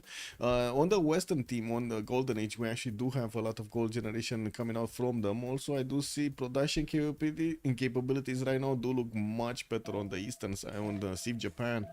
More commercials being placed by Comet to get that going, and we still don't have a comment from Moonstrath. Wait a second, we need to know what's going on with the moves. Like, the only thing I know about that is just coming from Fluffy, so you gotta take it with a grain of salt. Fluffy as in Gabriel Iglesias. He's the one that told us the stories with Indian drivers and moves. I have no idea if that's true or not. Does anybody know if that actually happens in India?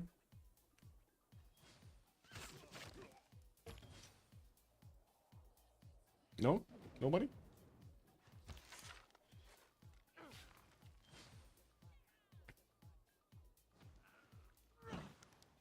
Yeah, okay. Looks like Mamniku is gonna want to just face off these Grand Colombian units. Yerevan did get taken away earlier, so Grand Colombia is bringing back that military from that city center. Still did not settle the cliffs of Dover to benefit from the beautiful whales and of course those pig tiles. Settlers in Yarosa, more cities actually coming out from Russia.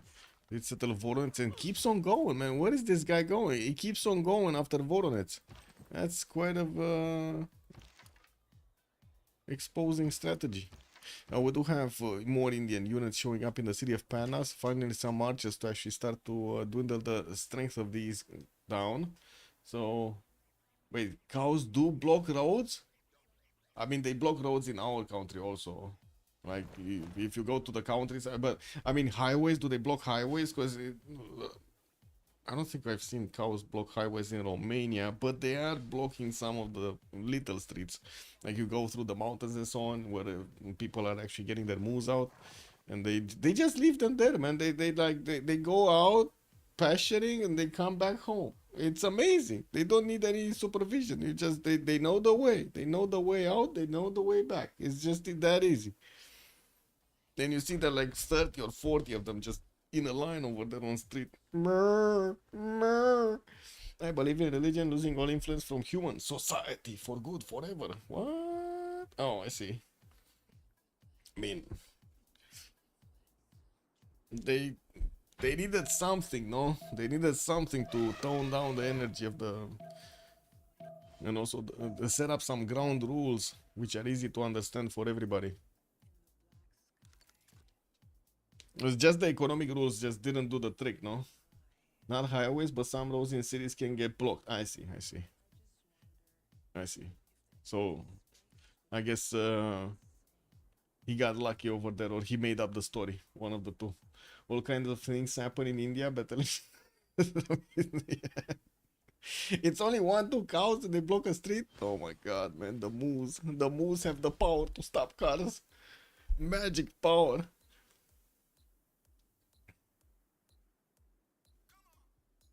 Yeah, that's how they even wake up in the morning, right? Moo talking to other Moo just woke up. Hey, Moo, you wanna go, get something to drink first and then go stop a highway somewhere? I heard it's pretty busy today. Let's do some mischief. Let's see. We got more builders here from Maori. Finally, he's gonna get that 10th pop in Tehonianga no Yakupe. I don't see him building wonders yet, but he did manage to expand quite nicely. Also, wait, cows blocking roads is pretty common. Where? Well, look, I mean, Muzrat is saying no. It's just one or two cows. Where people love to make jokes on places they aren't from. Yes, yes. I mean, I make jokes of Romania also. Have you seen Romania? What do you mean? Yeah. Oh man. More temples from Gandhi. Looks like he did manage to get to what is it? What is it? 51 faith attempt? That's still very low. Only 80 points of production also puts him almost the lowest one in the lobby. Chandra Gupta also did not manage to expand quite nicely, especially right now since he's getting pushed by Mongolia. It's gonna be harder and harder for him to do that. The good thing is he does manage to get the extra +2 that he gets from his shrines and temples bonus, and I do see he keeps on chopping out these Varus quite quickly. I do have him trying to do a little bit of an attack here on Mamnik, or at least showing him he has what he needs. Okay. Well, let's see if he's actually going to manage to do something here. Looks like that Amber Tile did get pillaged. We do have Kisheks coming around. These guys are definitely going to be better to attack into the Varus. And this is a dangerous moment for the game. Dangerous moment for Joffrus. It kind of looks like also the stats on the side of Golden Age are not looking that great. We do have Bobshu with a lot of culture and a lot of production, but the others, they're slowly building, slowly building. I do have to say, at least finally, Gandhi did manage to get a lot more. We do have him building up the temple count, and I do see he just flexed a few of his Varus against his opponent. Not really that much, not that much. Good morning, Linda. Hello there, ma'am. Not in big numbers. Maybe, I mean, maybe Haley knows something different. Maybe it's happening more where Haley lives, no? Yeah, definitely it was very funny to watch Gabriel Iglesias give his take on what's going on there. He made a really funny skit, I guess. I guess it's called skit, yeah. Not common in frequency, but common in countries. Ah, I see. Well, Mu country.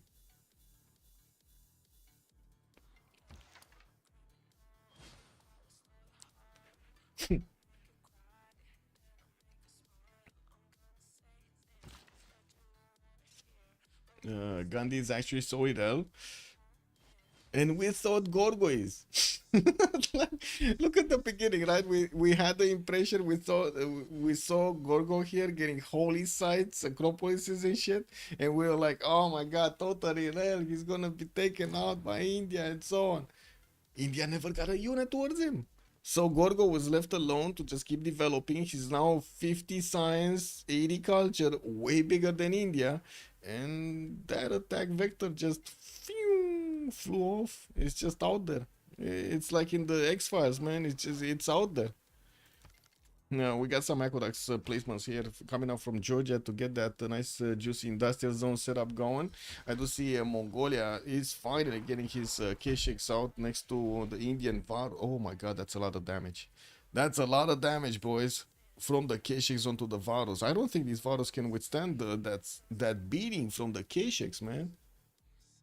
That's quite dangerous, I have to say.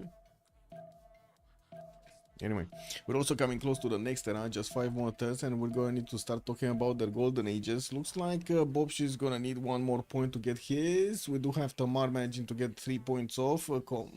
Comet already managed to make it. Mamniku is still in the dark age actually, but he did manage to get so many cities out. 2, 4, 6, 8, 9, and 10 going out.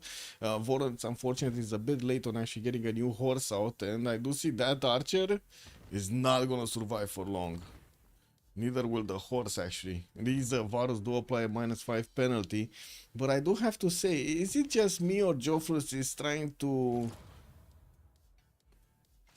chew more than he can eat? No? Ooh, that archer got taken down. Horse is gonna be left hanging. We do have the new K6 coming through. But it looks like he's still no knights. Still no knights from the side of A flag. Getting his intelligence in 2 turns here in the capital city. That's gonna allow him to get a spy over his opponent. Just placing down Mont Saint Michel for the sake of placing down. Oh, he didn't? He didn't get it? He didn't get the bridge? Or it's just invisible right now? I think he got it, but it's invisible to us. Who is winning with the current facts and human expertise knowledge? Right now, it kind of looks like we got CivJP winning. Kind of looks like. What is this Baptiste 300 faith in the bank? Isn't he? He's in Monumentality Golden. Why is he gonna buy? Oh, he's waiting for feudalism so he can buy feudalism builders. I see. Okay, getting campuses out from there in 3 turns. That's gonna be a nice +3. We still have him hard building some of his builders here, and I do see his Varu is gonna need to actually come back from this. Georgia does have the beautiful Kevsur upgrade. Not sure if he will want to get it going. It doesn't seem like he has that many pre-builds, but he's getting a few more horses out, and we're gonna need to see if he's gonna want to upgrade them into, you know, that unit. The big one. See if Japan is winning hard from this point. Yeah, it kind of looks like it. It kind of looks like it. We're going to need to see the timing of Gran Colombia though. I do see another scientist got picked up. Hypatia got picked up also by Georgia. He's going to get a free library and also a little bit of science from each of his libraries. Still working on getting the aqueducts for that thing, extra population. And of course the setup for his industrial zones here. What is this up here? East. Alright, so he's gonna get this one and this one. Got it. The entertainment complex didn't actually get an arena from Batumi, and I don't see him actually having Magnus established anywhere. He had quite a few chops if he wanted to go for it. I guess if he would have had Magnus also, this would have been a lot easier. Now, Hypatia is still available in Tsukumi. He's probably gonna establish it next time to get that free library. 45 science, 74 culture. Way bigger than Gandhi. Way bigger. Gandhi's just outmatched over here. Are we gonna see some more K6 from Afrek coming out? Oh my god, they're triple shotting the swordsman. And I do see Joffrus. He's trying desperately to keep the Varus in front. Soak up the damage of the K6. 1049 feudalism is very late, yes. What city is Golden Age? I think they were the 5th CVFR, but I guess I can check. Give me a second. Wait, I'm getting a message.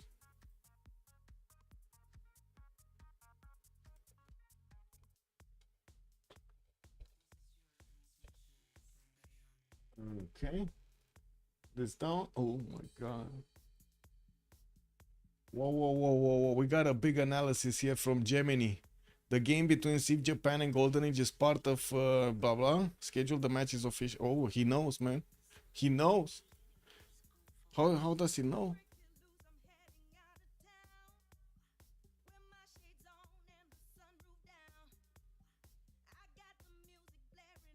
Astrological alignment?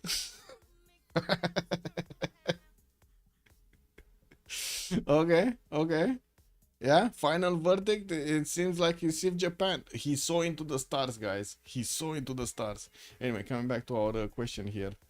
I'm pretty sure it was written somewhere in the ambassador chat or team captain chat, one of the two. It's 4. It's 4th. 4th seed. Bissou de Chateau is actually the last one. The 5th one, not the last one. Yeah. Nemesis, good evening, sir. Bonjour. Man, the power of the stars. Joffrus did manage to get another settler there, but he did take out that archer, and now he's coming back. Looks like Mamniku is bringing out some horses to fight these Varus. And I do see these, man, these K6 are doing lots and lots of damage here.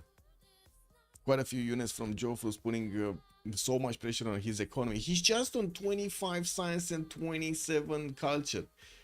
I mean, in the words of the French, he's fully real. No, this is fully real. This is how fully real looks like. In pool 3, beating up pool 2. Bam, bam, bam. Yeah, yeah. Man, that's why we love it, man. Zida, good evening, sir, and welcome. Rewinding the game. I mean, there's not much happening right now. We did have a few surprises during the game. First of all, it was Gorgo opening up holy sites, and then we did see the Russian religion being taken out by one of the Indias, I believe. Yeah, it was the India Gandhi that did manage to take his feed the world, and Russia only got his choral music. And we did have him with a really good opener here. We also did have an extra holy side. Maori tried to get a religion, unfortunately lost it by 110. He could have had the chop, like he had builder ready, he was on the forest, he was just there, like seconds away from actually chopping the T. Bam, he didn't. He hesitated, he lost it. And now that holy site is just like, I don't know, it's a relic. Right now it's like worse than a relic actually. Totally useless. We do have a bit of pressure here from Mongolia going against Joffrus. That's going to be Chandragupta, and I still have to say this is the definition of fully real here for Joffrus. I don't know how he's going to get out of this.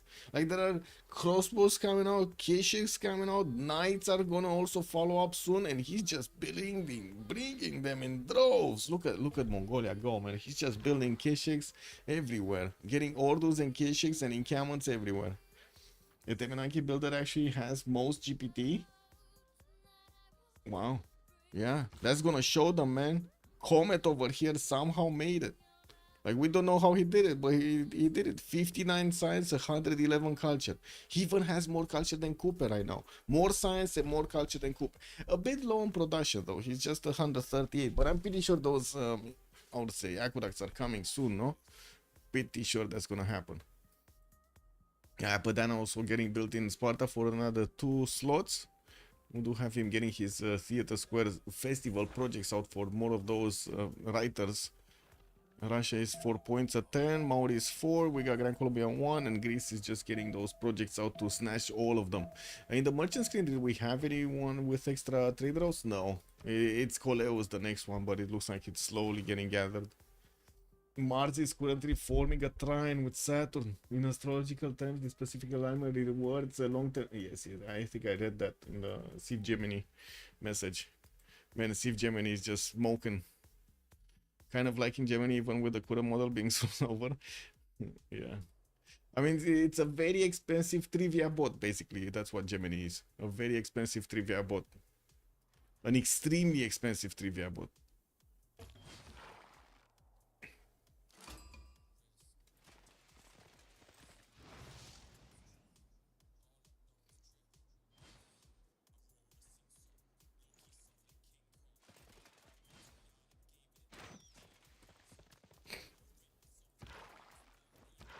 Okay, looks like if he's starting to drill a line here, drill a path towards the cities of India. There are walls going up, and it's gonna take quite a bit of time for these Keshiks to actually take them down. I do see there is a +6 intel advantage on Mongolia, and so many Keshiks are coming around. Man, he's getting so many Keshiks. Another 3 got built, another 3 in the build queues. Ooh, they're coming out. They're coming out to fight, and they're getting so quickly here. Roads everywhere, they're moving so quickly on the front line. Did we have them get the golden ages though? So Mikado got it. Okay. Chandragupta going dark age. That's not gonna look good. Kupe is gonna get it. Gandhi did manage to secure it. Tamar secured it. Comet secured it. Mamniku secured it. And A-Flag secured it. So everybody except Joffrus. That is a problem. That is a big problemos. I'm still curious if we're gonna have Kurokawa here actually getting his Kevsurs to do something about these Varus. I'm pretty sure Kevsurs are stronger than Varus. if you pit them against each other. Anyway, new theater squares, and finally he's getting his industrial zone set up down. We do have a +6 over here and a nice juicy +5. He definitely needs to get also the niter improved, while he also is getting his economy a little bit stronger. We do have 50 gold right now on his side, 60 on Gorgo. Peter is also making 10 and A-Flag just 13. No more attacks here. Looks like Mamniku is out of danger in the city of Voronezh. He's getting knights out, and it does seem like he's, well, trying to keep Gran Colombia to the northwest busy, or at least, you know, watching his units over there. We do need to see if he's actually going to try to pull off an attack here. He's getting an apostle, though. Did he actually want to finish his religion? He did get crusade. Oh my god. He's going to try to get crusade over Gran Colombia. That's gonna be fun. He also makes songs about Civ6 games. Beautiful, man. Beautiful. It's amazing. We get the lore going in Civ6. Coupe atente. Le deny the... Coupe try to deny the religion with an extra holy site. In Gorgo open holy site, Chandra is Irel. Yes, basically Jarak said it. Yeah. Yeah. And Coupe didn't get anything. He just got the shrine and that's it. But still having problems actually getting his science and culture up. He did manage to get to 200 points of production, but so did Tamar on 194, very close. We do have a Comet on 150, and I do see also Mamnico on 150, while it does seem like Baptiste and Mikado are actually running behind all of this. 119 and 119. Man, I gotta say, CivJP is actually showing up a very strong gameplay here.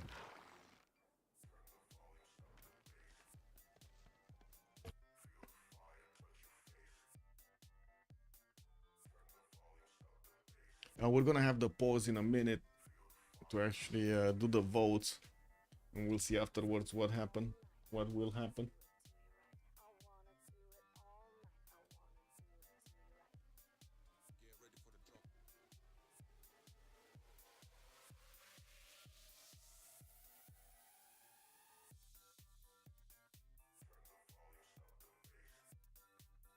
Wait, how?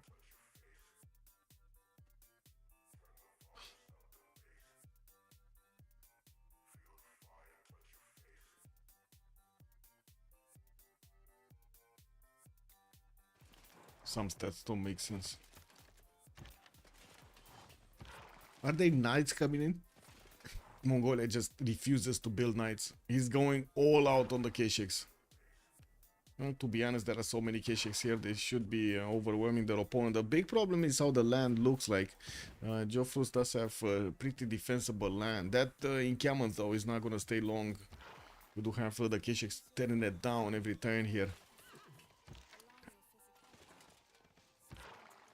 Okay, what is he going to start shooting? The spearmen or the walls?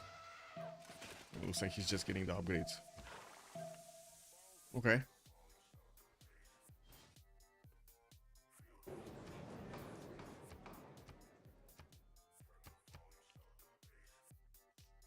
Oh, man.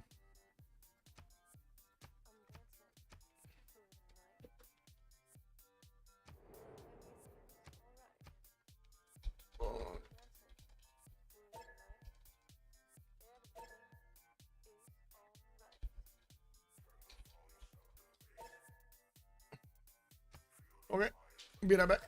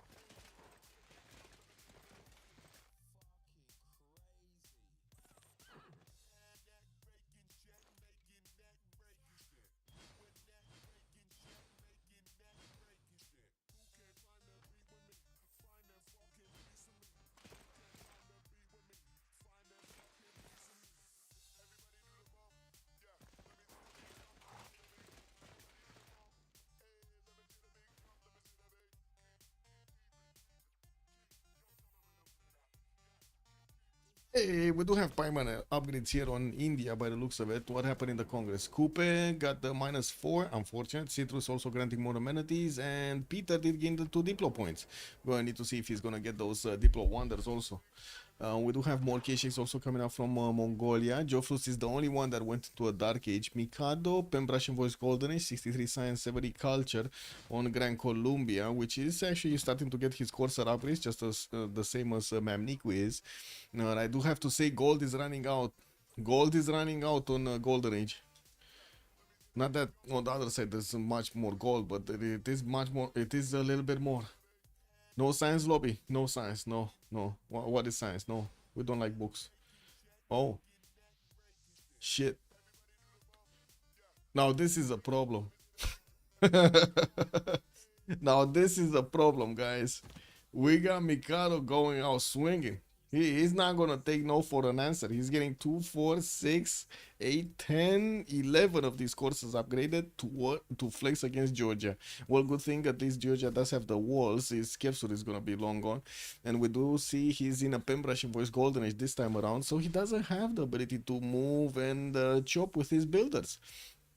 And getting also a few more capsules from Batumi and archers from Zugdini, trying desperately to actually save Tsalka. Still no attack from Baptiste though.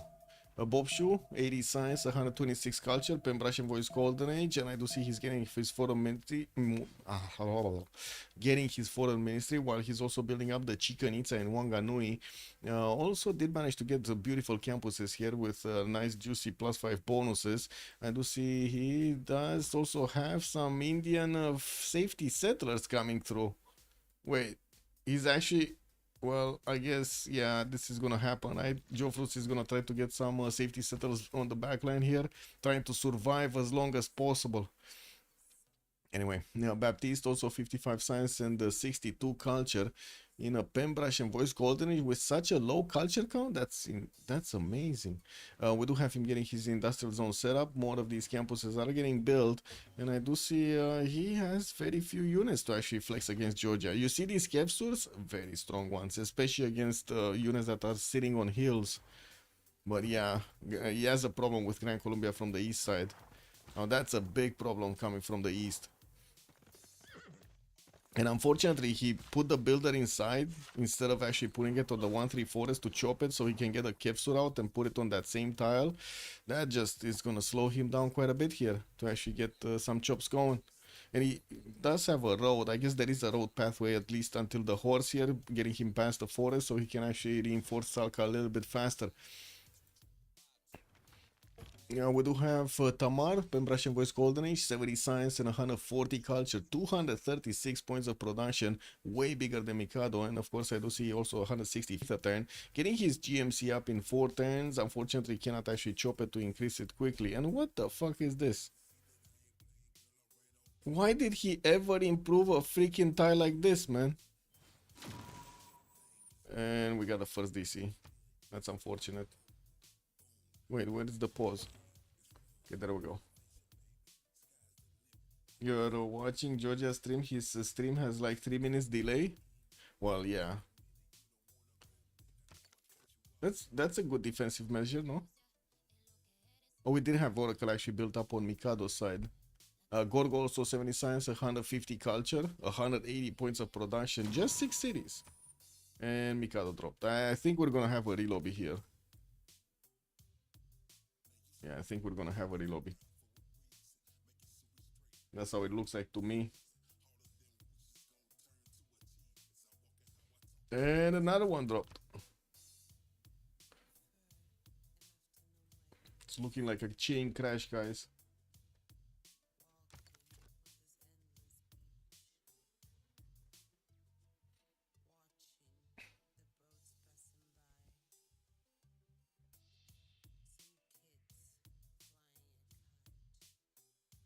What's this? Maybe we will not update modes, yeah.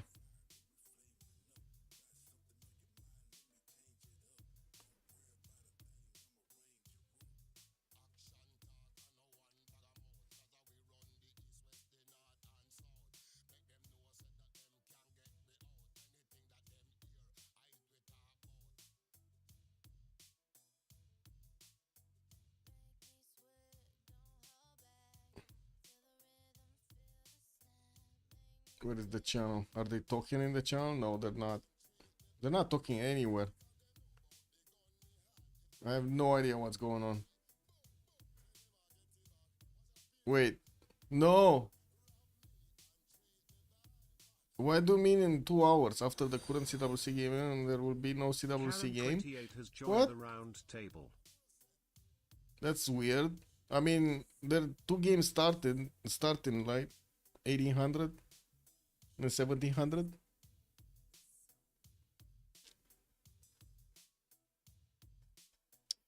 Man, it is what it is.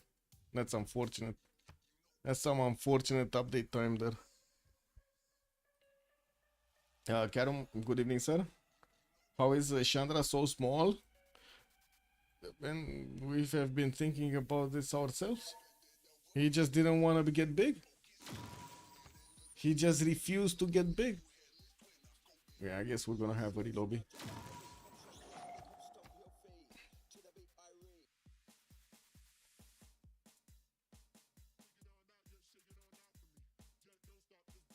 I guess it's still gonna be the same host. Oh, this guy is full Japan, by the way. Sen Kurokawa. It's Japan background and everything. Flowers flying and everything.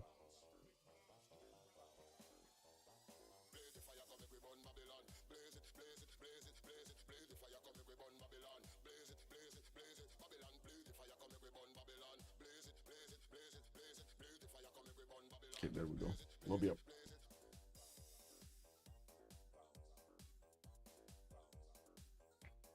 I'm definitely gonna need to actually throttle down my PC. Well, yeah, we loaded way faster.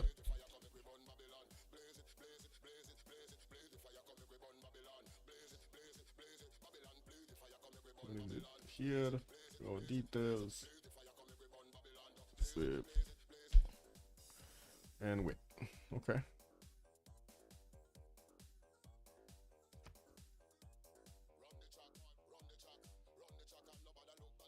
Man, what I mean connection to host has been lost. Make a lobby.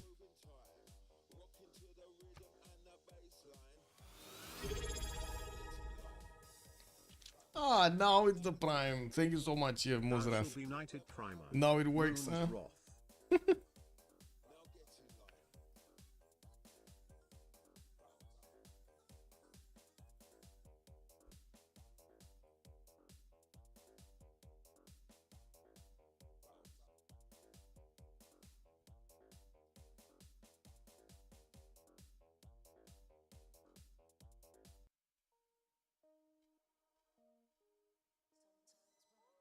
Well, nothing like some mod problems to have a CWC, you know?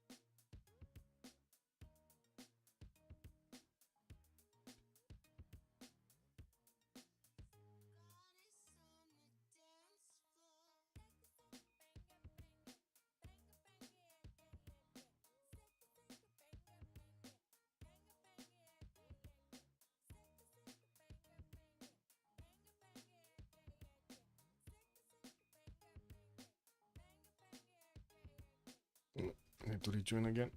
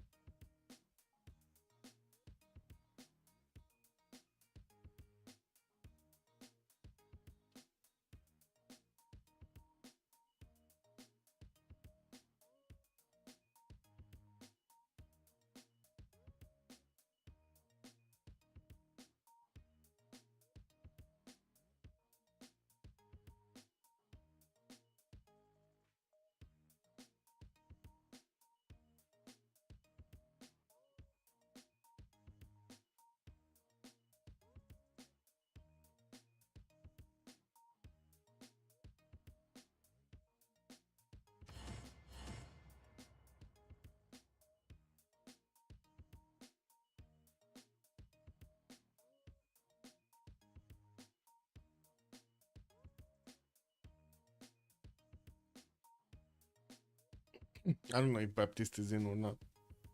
I hope not. Because otherwise, that's gonna be bad.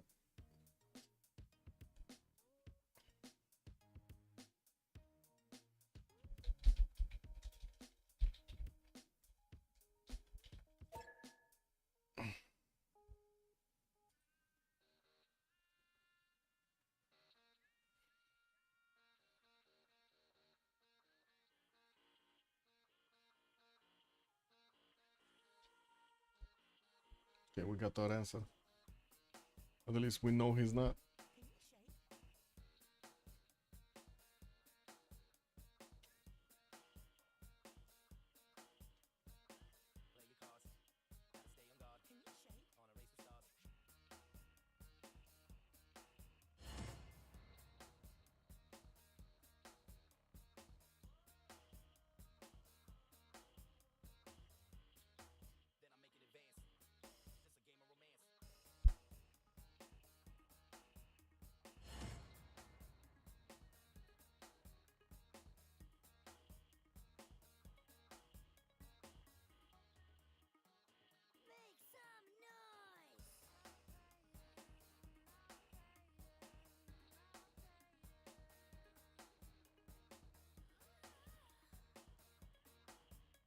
Whoa, whoa, whoa, whoa.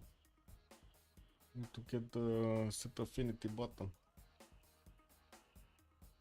What do you think? 3 cores? Let's go 3 cores.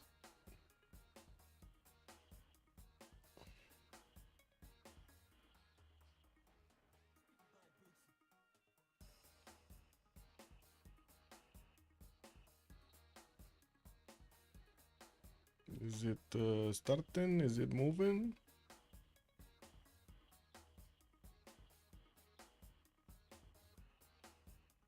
Okay, it's starting.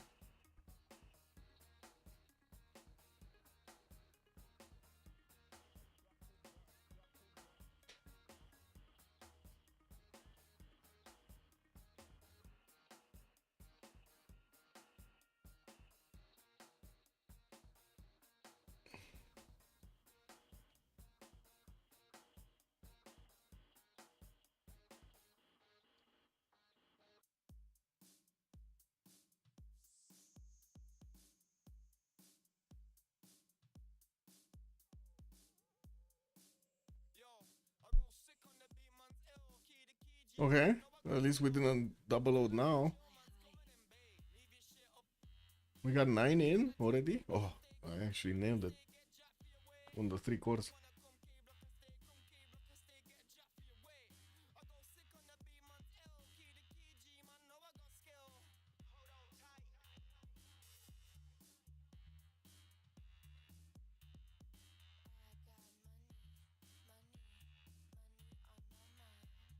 Well, it does seem like Joe Frost is gonna be taken out soon, and well, he's the one that they just deceived. Anyway, it is what it is. That's unfortunate. Double loaded.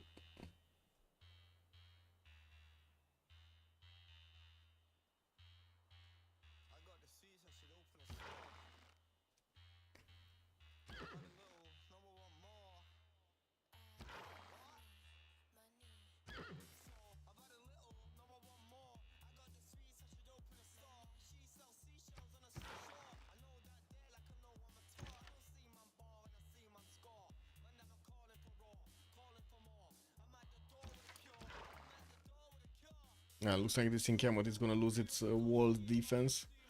I'm not sure if it's gonna lose the entire defense though. Let's see what happens after the walls are gonna be taken down. There's still a Valor inside there.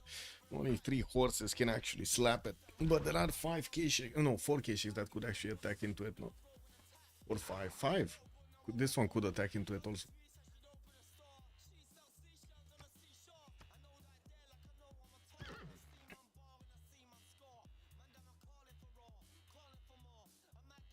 You think Chandra wants to go home? Yeah, I think so too. I hope he's gonna try to reconnect first and maybe see if we can, if he can work with that. But yeah, these things are quite likely, unfortunately.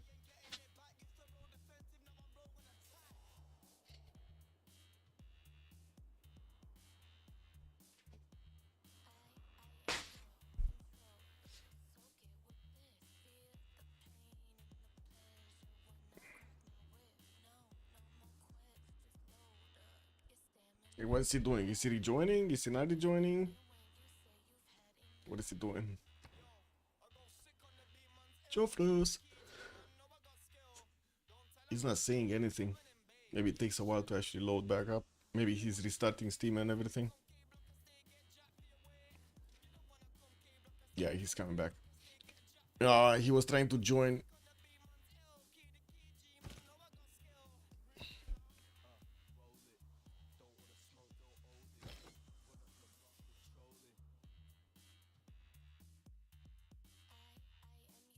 And Belisario is disconnected. Uh-oh. Oh, it's one of those games, guys.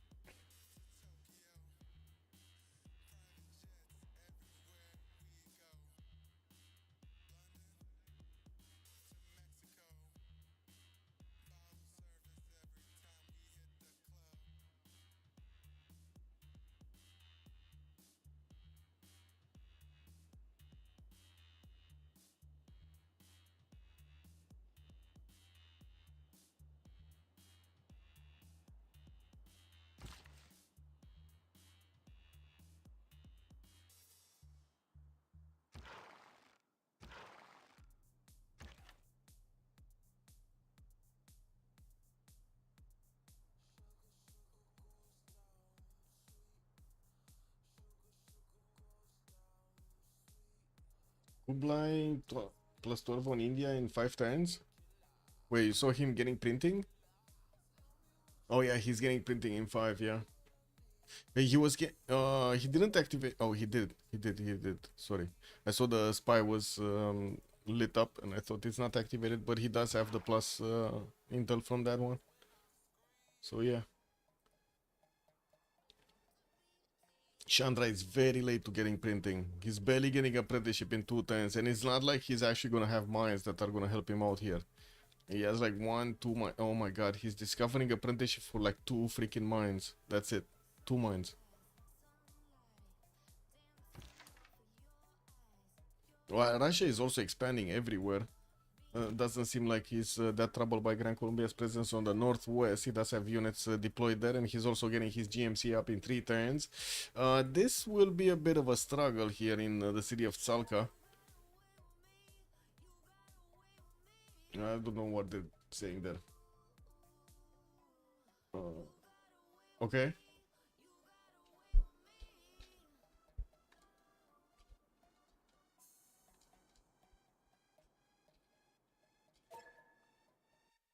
I can also... Wait, what is it? Yeah. Can do this.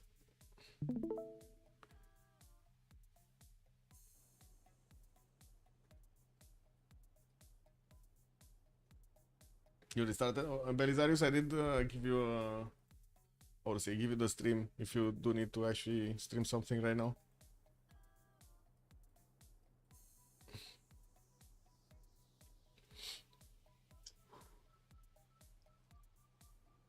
I don't know what the other one is doing, but I think they cannot get in. I think they cannot connect. That's my impression. Let's see. Maybe I'm wrong. I hope I'm wrong. I really hope I'm wrong. So we can see the conclusion of this game. Yeah, there we go. They're still trying to get through. For Messi next and for Greece. Looks like Come still is building up his trader count. Also getting the industrial zones down. Very nice, very nice. Well, I think with Bobshu disconnecting, I think we're gonna relobby. Yeah. And now Jofrus is connecting. Lol, kick. Well, that's not gonna work out well.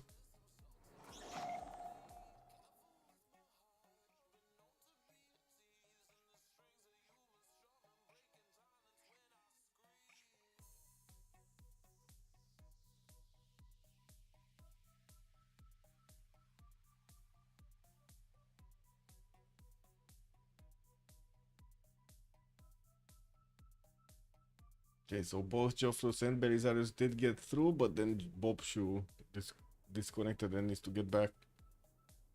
You're in the lobby? Nice. We don't know what the boys are doing though. We might have another relobby. Like Sen Kurakawa said relobby and then he didn't exit the game. So I don't know. This is like one of those jokes over there.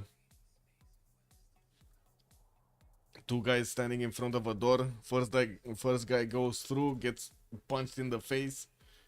You know, like his nose is bleeding and everything. The second guy, when he gets out of there and he is looking at the second guy, just keeping his nose, you know, covered. He's telling him, "You go in, bro, cause you know I'm bursting with laughter here. You go too. You go in." Okay, we got Belisarius coming back.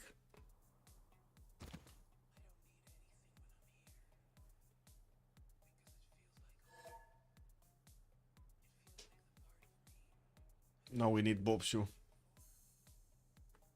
But I'm pretty sure we're gonna have these things if this happened. I really hope also BBG is gonna delay the update until like, I don't know, 1 a.m. or something. That's probably when the last game is gonna finish. What was it? Meow versus COC, the second game, I believe. But anyway, this is what it is.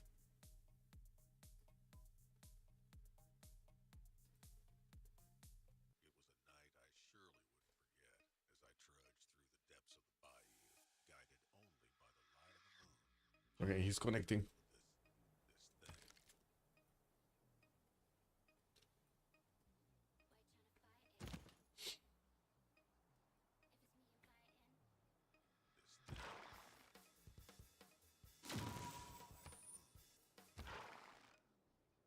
I hope he's fixing 0 MS and that was not another issue.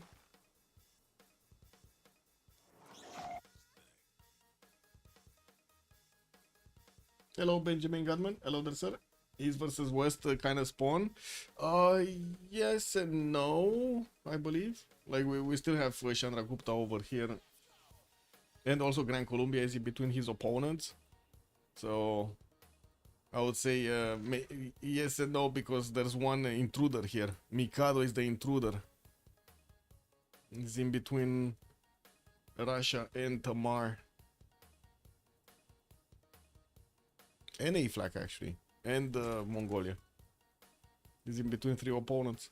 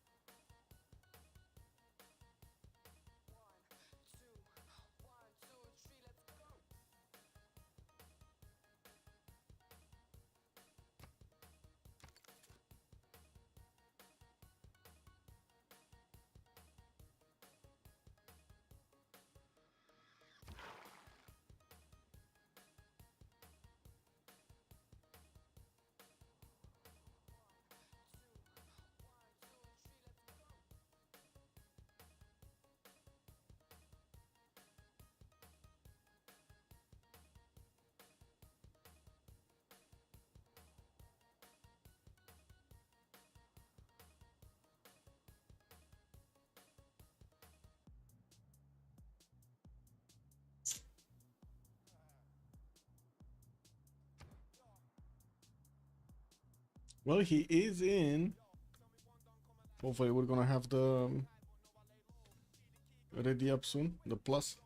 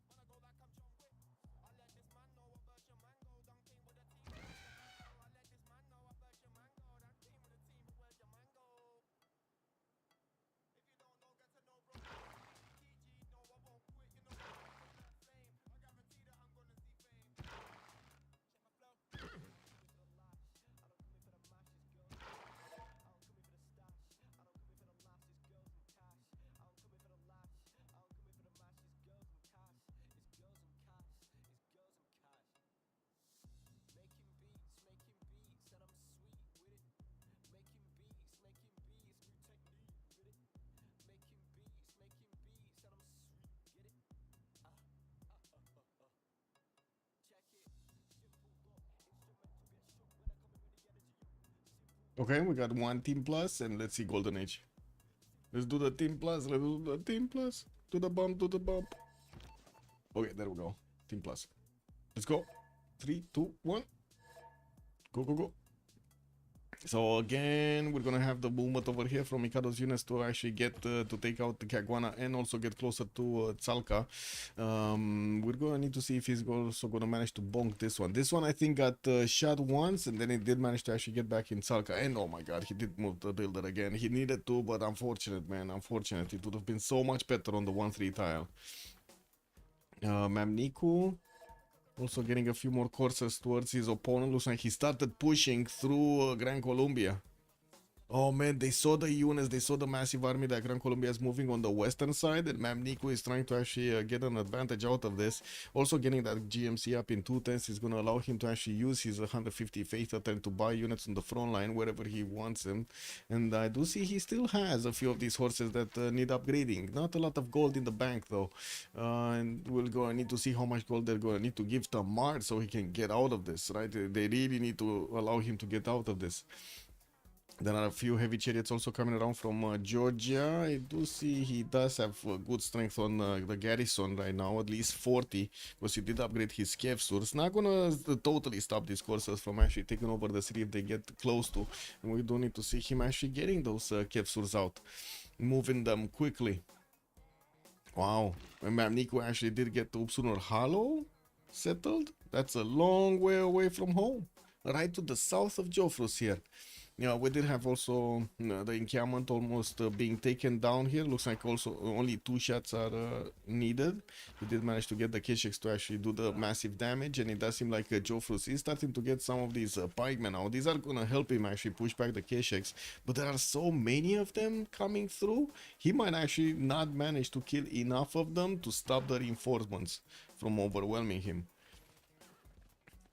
And yes, these crossbows are also going to help out quite nicely against the pikemen. They do full damage, not unlike the Kesheks, which unfortunately do have a -17 penalty whenever they do attack into anti-cav units. Wait, they don't anymore? What the fuck? What is this? Hello? Is this the wrong one or is not dropping down? Oh yeah, there we go. No, they don't. What? Man. Did they change this again? Because I'm pretty sure it should have been -17 here. Anyway, this is what it is. Kesheks being anti-cav units and everything. Now that's big actually. This is a big change if they did this. What, +10 always?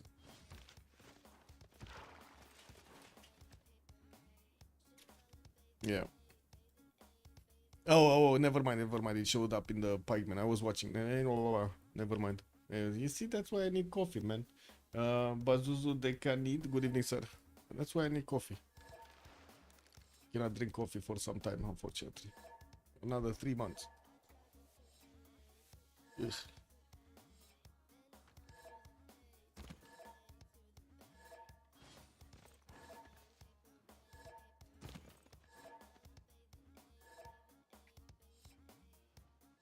Yeah, coffee is OP, yeah. True. Oh man, this is actually quite a strong attack coming out from Russia. And remember, he does have Crusade. If he's gonna start converting the Grand Colombian cities, that's gonna make it so much easier to actually get through. Looks like also Mikado is choosing to actually retreat some of his units back to the city of Caracas. One of them got smacked down low, and I would imagine the next ones are not gonna be far off from being taken down. Especially the horses are going to be quite a bit weaker. We do have him hard building a few more, and he did send 2, 4, 6. Wait, 2, 4, 6, 8, 10. Just 10. Okay. Oh, I see. He brought some to take care of the eastern side. Okay, that makes sense. Here. I'm gonna be taken down here. Not really any engagement to talk about. Finally, we do have Jofru sending his missionary so he can convert some of the cities of Gandhi. And I do see heavy chariots are coming around from Georgia. Not so much from Baptiste. He's still trying to get his faith generation up. And of course, his stats are terrible right now. 61 science and 66 culture. Not that great. Especially since he's actually in a Pembrashe and Voice Golden Age with that culture. Campus is coming around from Greece, still no Incamon from him. He's just going full strong on culture here. 172 culture, that's put him to get quite a strong defense. Also, he did manage to get to 172 points of production. You see that Mikado, Joffrus, and Baptist here do have quite a bit lower production count than every one of their opponents. This is a bit problematic. I would say quite problematic. Also, Crusade and Bordering. Yeah. Kick W. Well, he does need to actually convert those cities to get Crusade. And what is this? Okay, I really like that Mongolia keeps up the pressure, still actually working on some more crossbows and building up the Kishik so they can get onto the front line quickly. He does need to drill through pikemen, and these are gonna soak up so much more damage from these Kishiks. So much more. But they do need to take out that Varu first.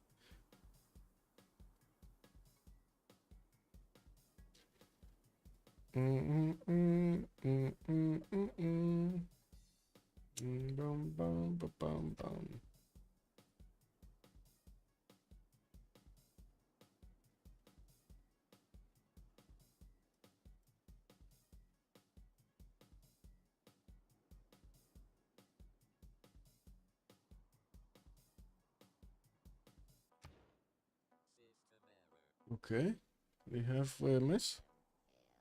The Belisarius has a mess.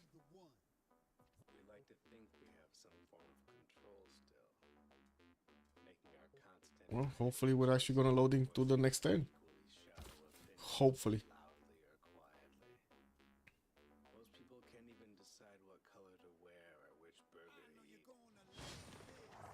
And we did.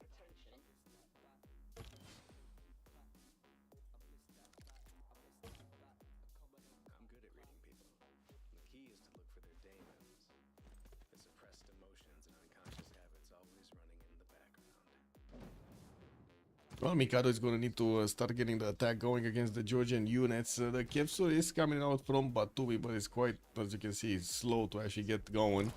That's it. Interesting that it actually spent the entire point of... wait. Oh, wait. It popped out from the encampment, actually, not from the city center. I see. Here encampment has been taken down, also the Varu has been taken down from it, but it looks like we do have more and more pikemen showing up for India to actually put up a defense here, and we do need to see if these Mongolian units are going to manage to actually get this down. This pikeman is extremely exposed, by the way. It can be shot from the other side and from quite a few tiles, like 5 tiles actually. I'm a bit surprised he's not doing it right now. And let's see, Russia is getting through next to the city of Caracas. He's already managing to get a knight right next to it, so he can start spreading the religion into that city center. It converts quite quickly to his Shikism, I believe. Well, I do see he's not actually building new units. He has just one Corsair coming up from Smolensk. His GMC is going to be up in 1, and he does have 538 faith in the bank. Could easily buy units after he gets that. If he does manage to get Crusade in that city center, it's going to be so much more easier to actually go against an opponent. He already had a great general, of course, equaled out by the commandant general of his opponent, but still strong. And what is going on here? Is Gran Colombia not actually focusing on Tzalka? He's going towards Caguana now? Well, I guess there are a few more. Well, there's only... Wait, there's not even a mine job here. There's only some med packs and some freaking plantations. 0 value and a pasture. Like 0 value out of this. What is going on here? Just putting a bit of pressure. Mamniku trying to figure out what's going on. We did have safety settlers being sent by Chandra Gupta through the lands of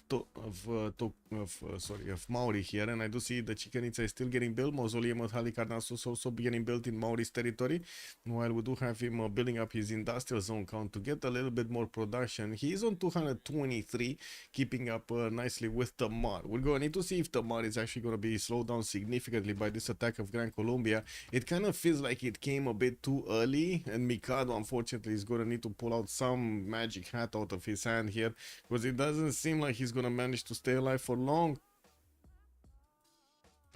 Great people hit the guard of Bengan, Bisheng in the engineer screen, merchant screen. Did they manage to get the extra trade route?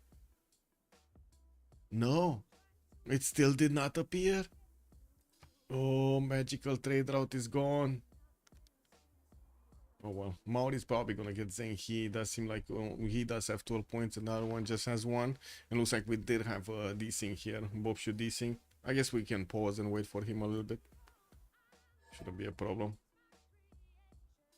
Oh, that's a GG right there. That's a GG. Golden Age is saying no more, no more. And we do have CivJP that's saying we came in with new Civs, the best Tamar gameplay.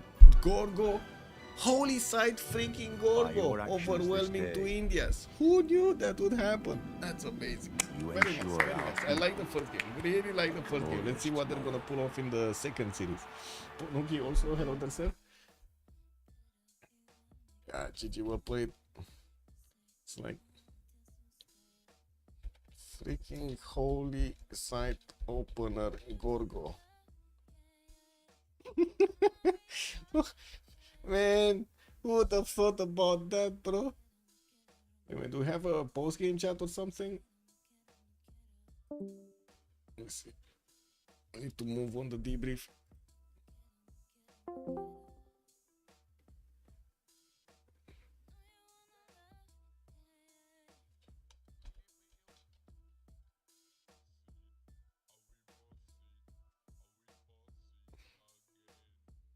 Just give them a few minutes, I guess. Oh, Golden Age already left with 2 members. Yeah, this is what it is, man. Hard to explain this one. Hard to explain this one, I gotta say.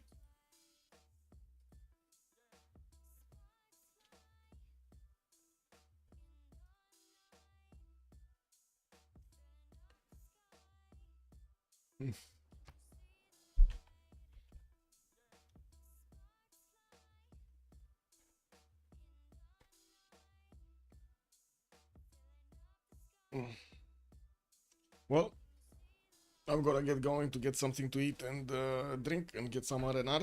We're gonna need to see also if all of the things are gonna be updated. I need to pay and be careful with all of the spectators actually for the Civ6 World Cup website. You can take a look at, by the way, for more details and also which casters are going where. Quite easy on the Civ6 World Cup website. You should have a list on the left side of the screen right here, and you can also, as you can see, you can actually go for the second page and so on. I'm still working on the design. I'm thinking what is more valuable to actually put over here, like maybe the history of games and so on. So it's still work in progress. Also, I didn't get yet to do anything about the tournament page. It's still a work in progress over here. I still need to work to get the results and then we plug them in here so we can see what's going on. In the meantime, I do hope you're gonna have quite a bit of fun with other streams from the CWC, and I do hope we're gonna see each other in the next one. Have a good evening, and thank you so much for everything. Much appreciated for the follows and the subs. And also Linda is mentioning, said that Civ Japan community was very strong last year when he I mean, yeah, Civ Japan was quite a strong community forever, but they didn't get to actually gather and play. Have a good one. Bye.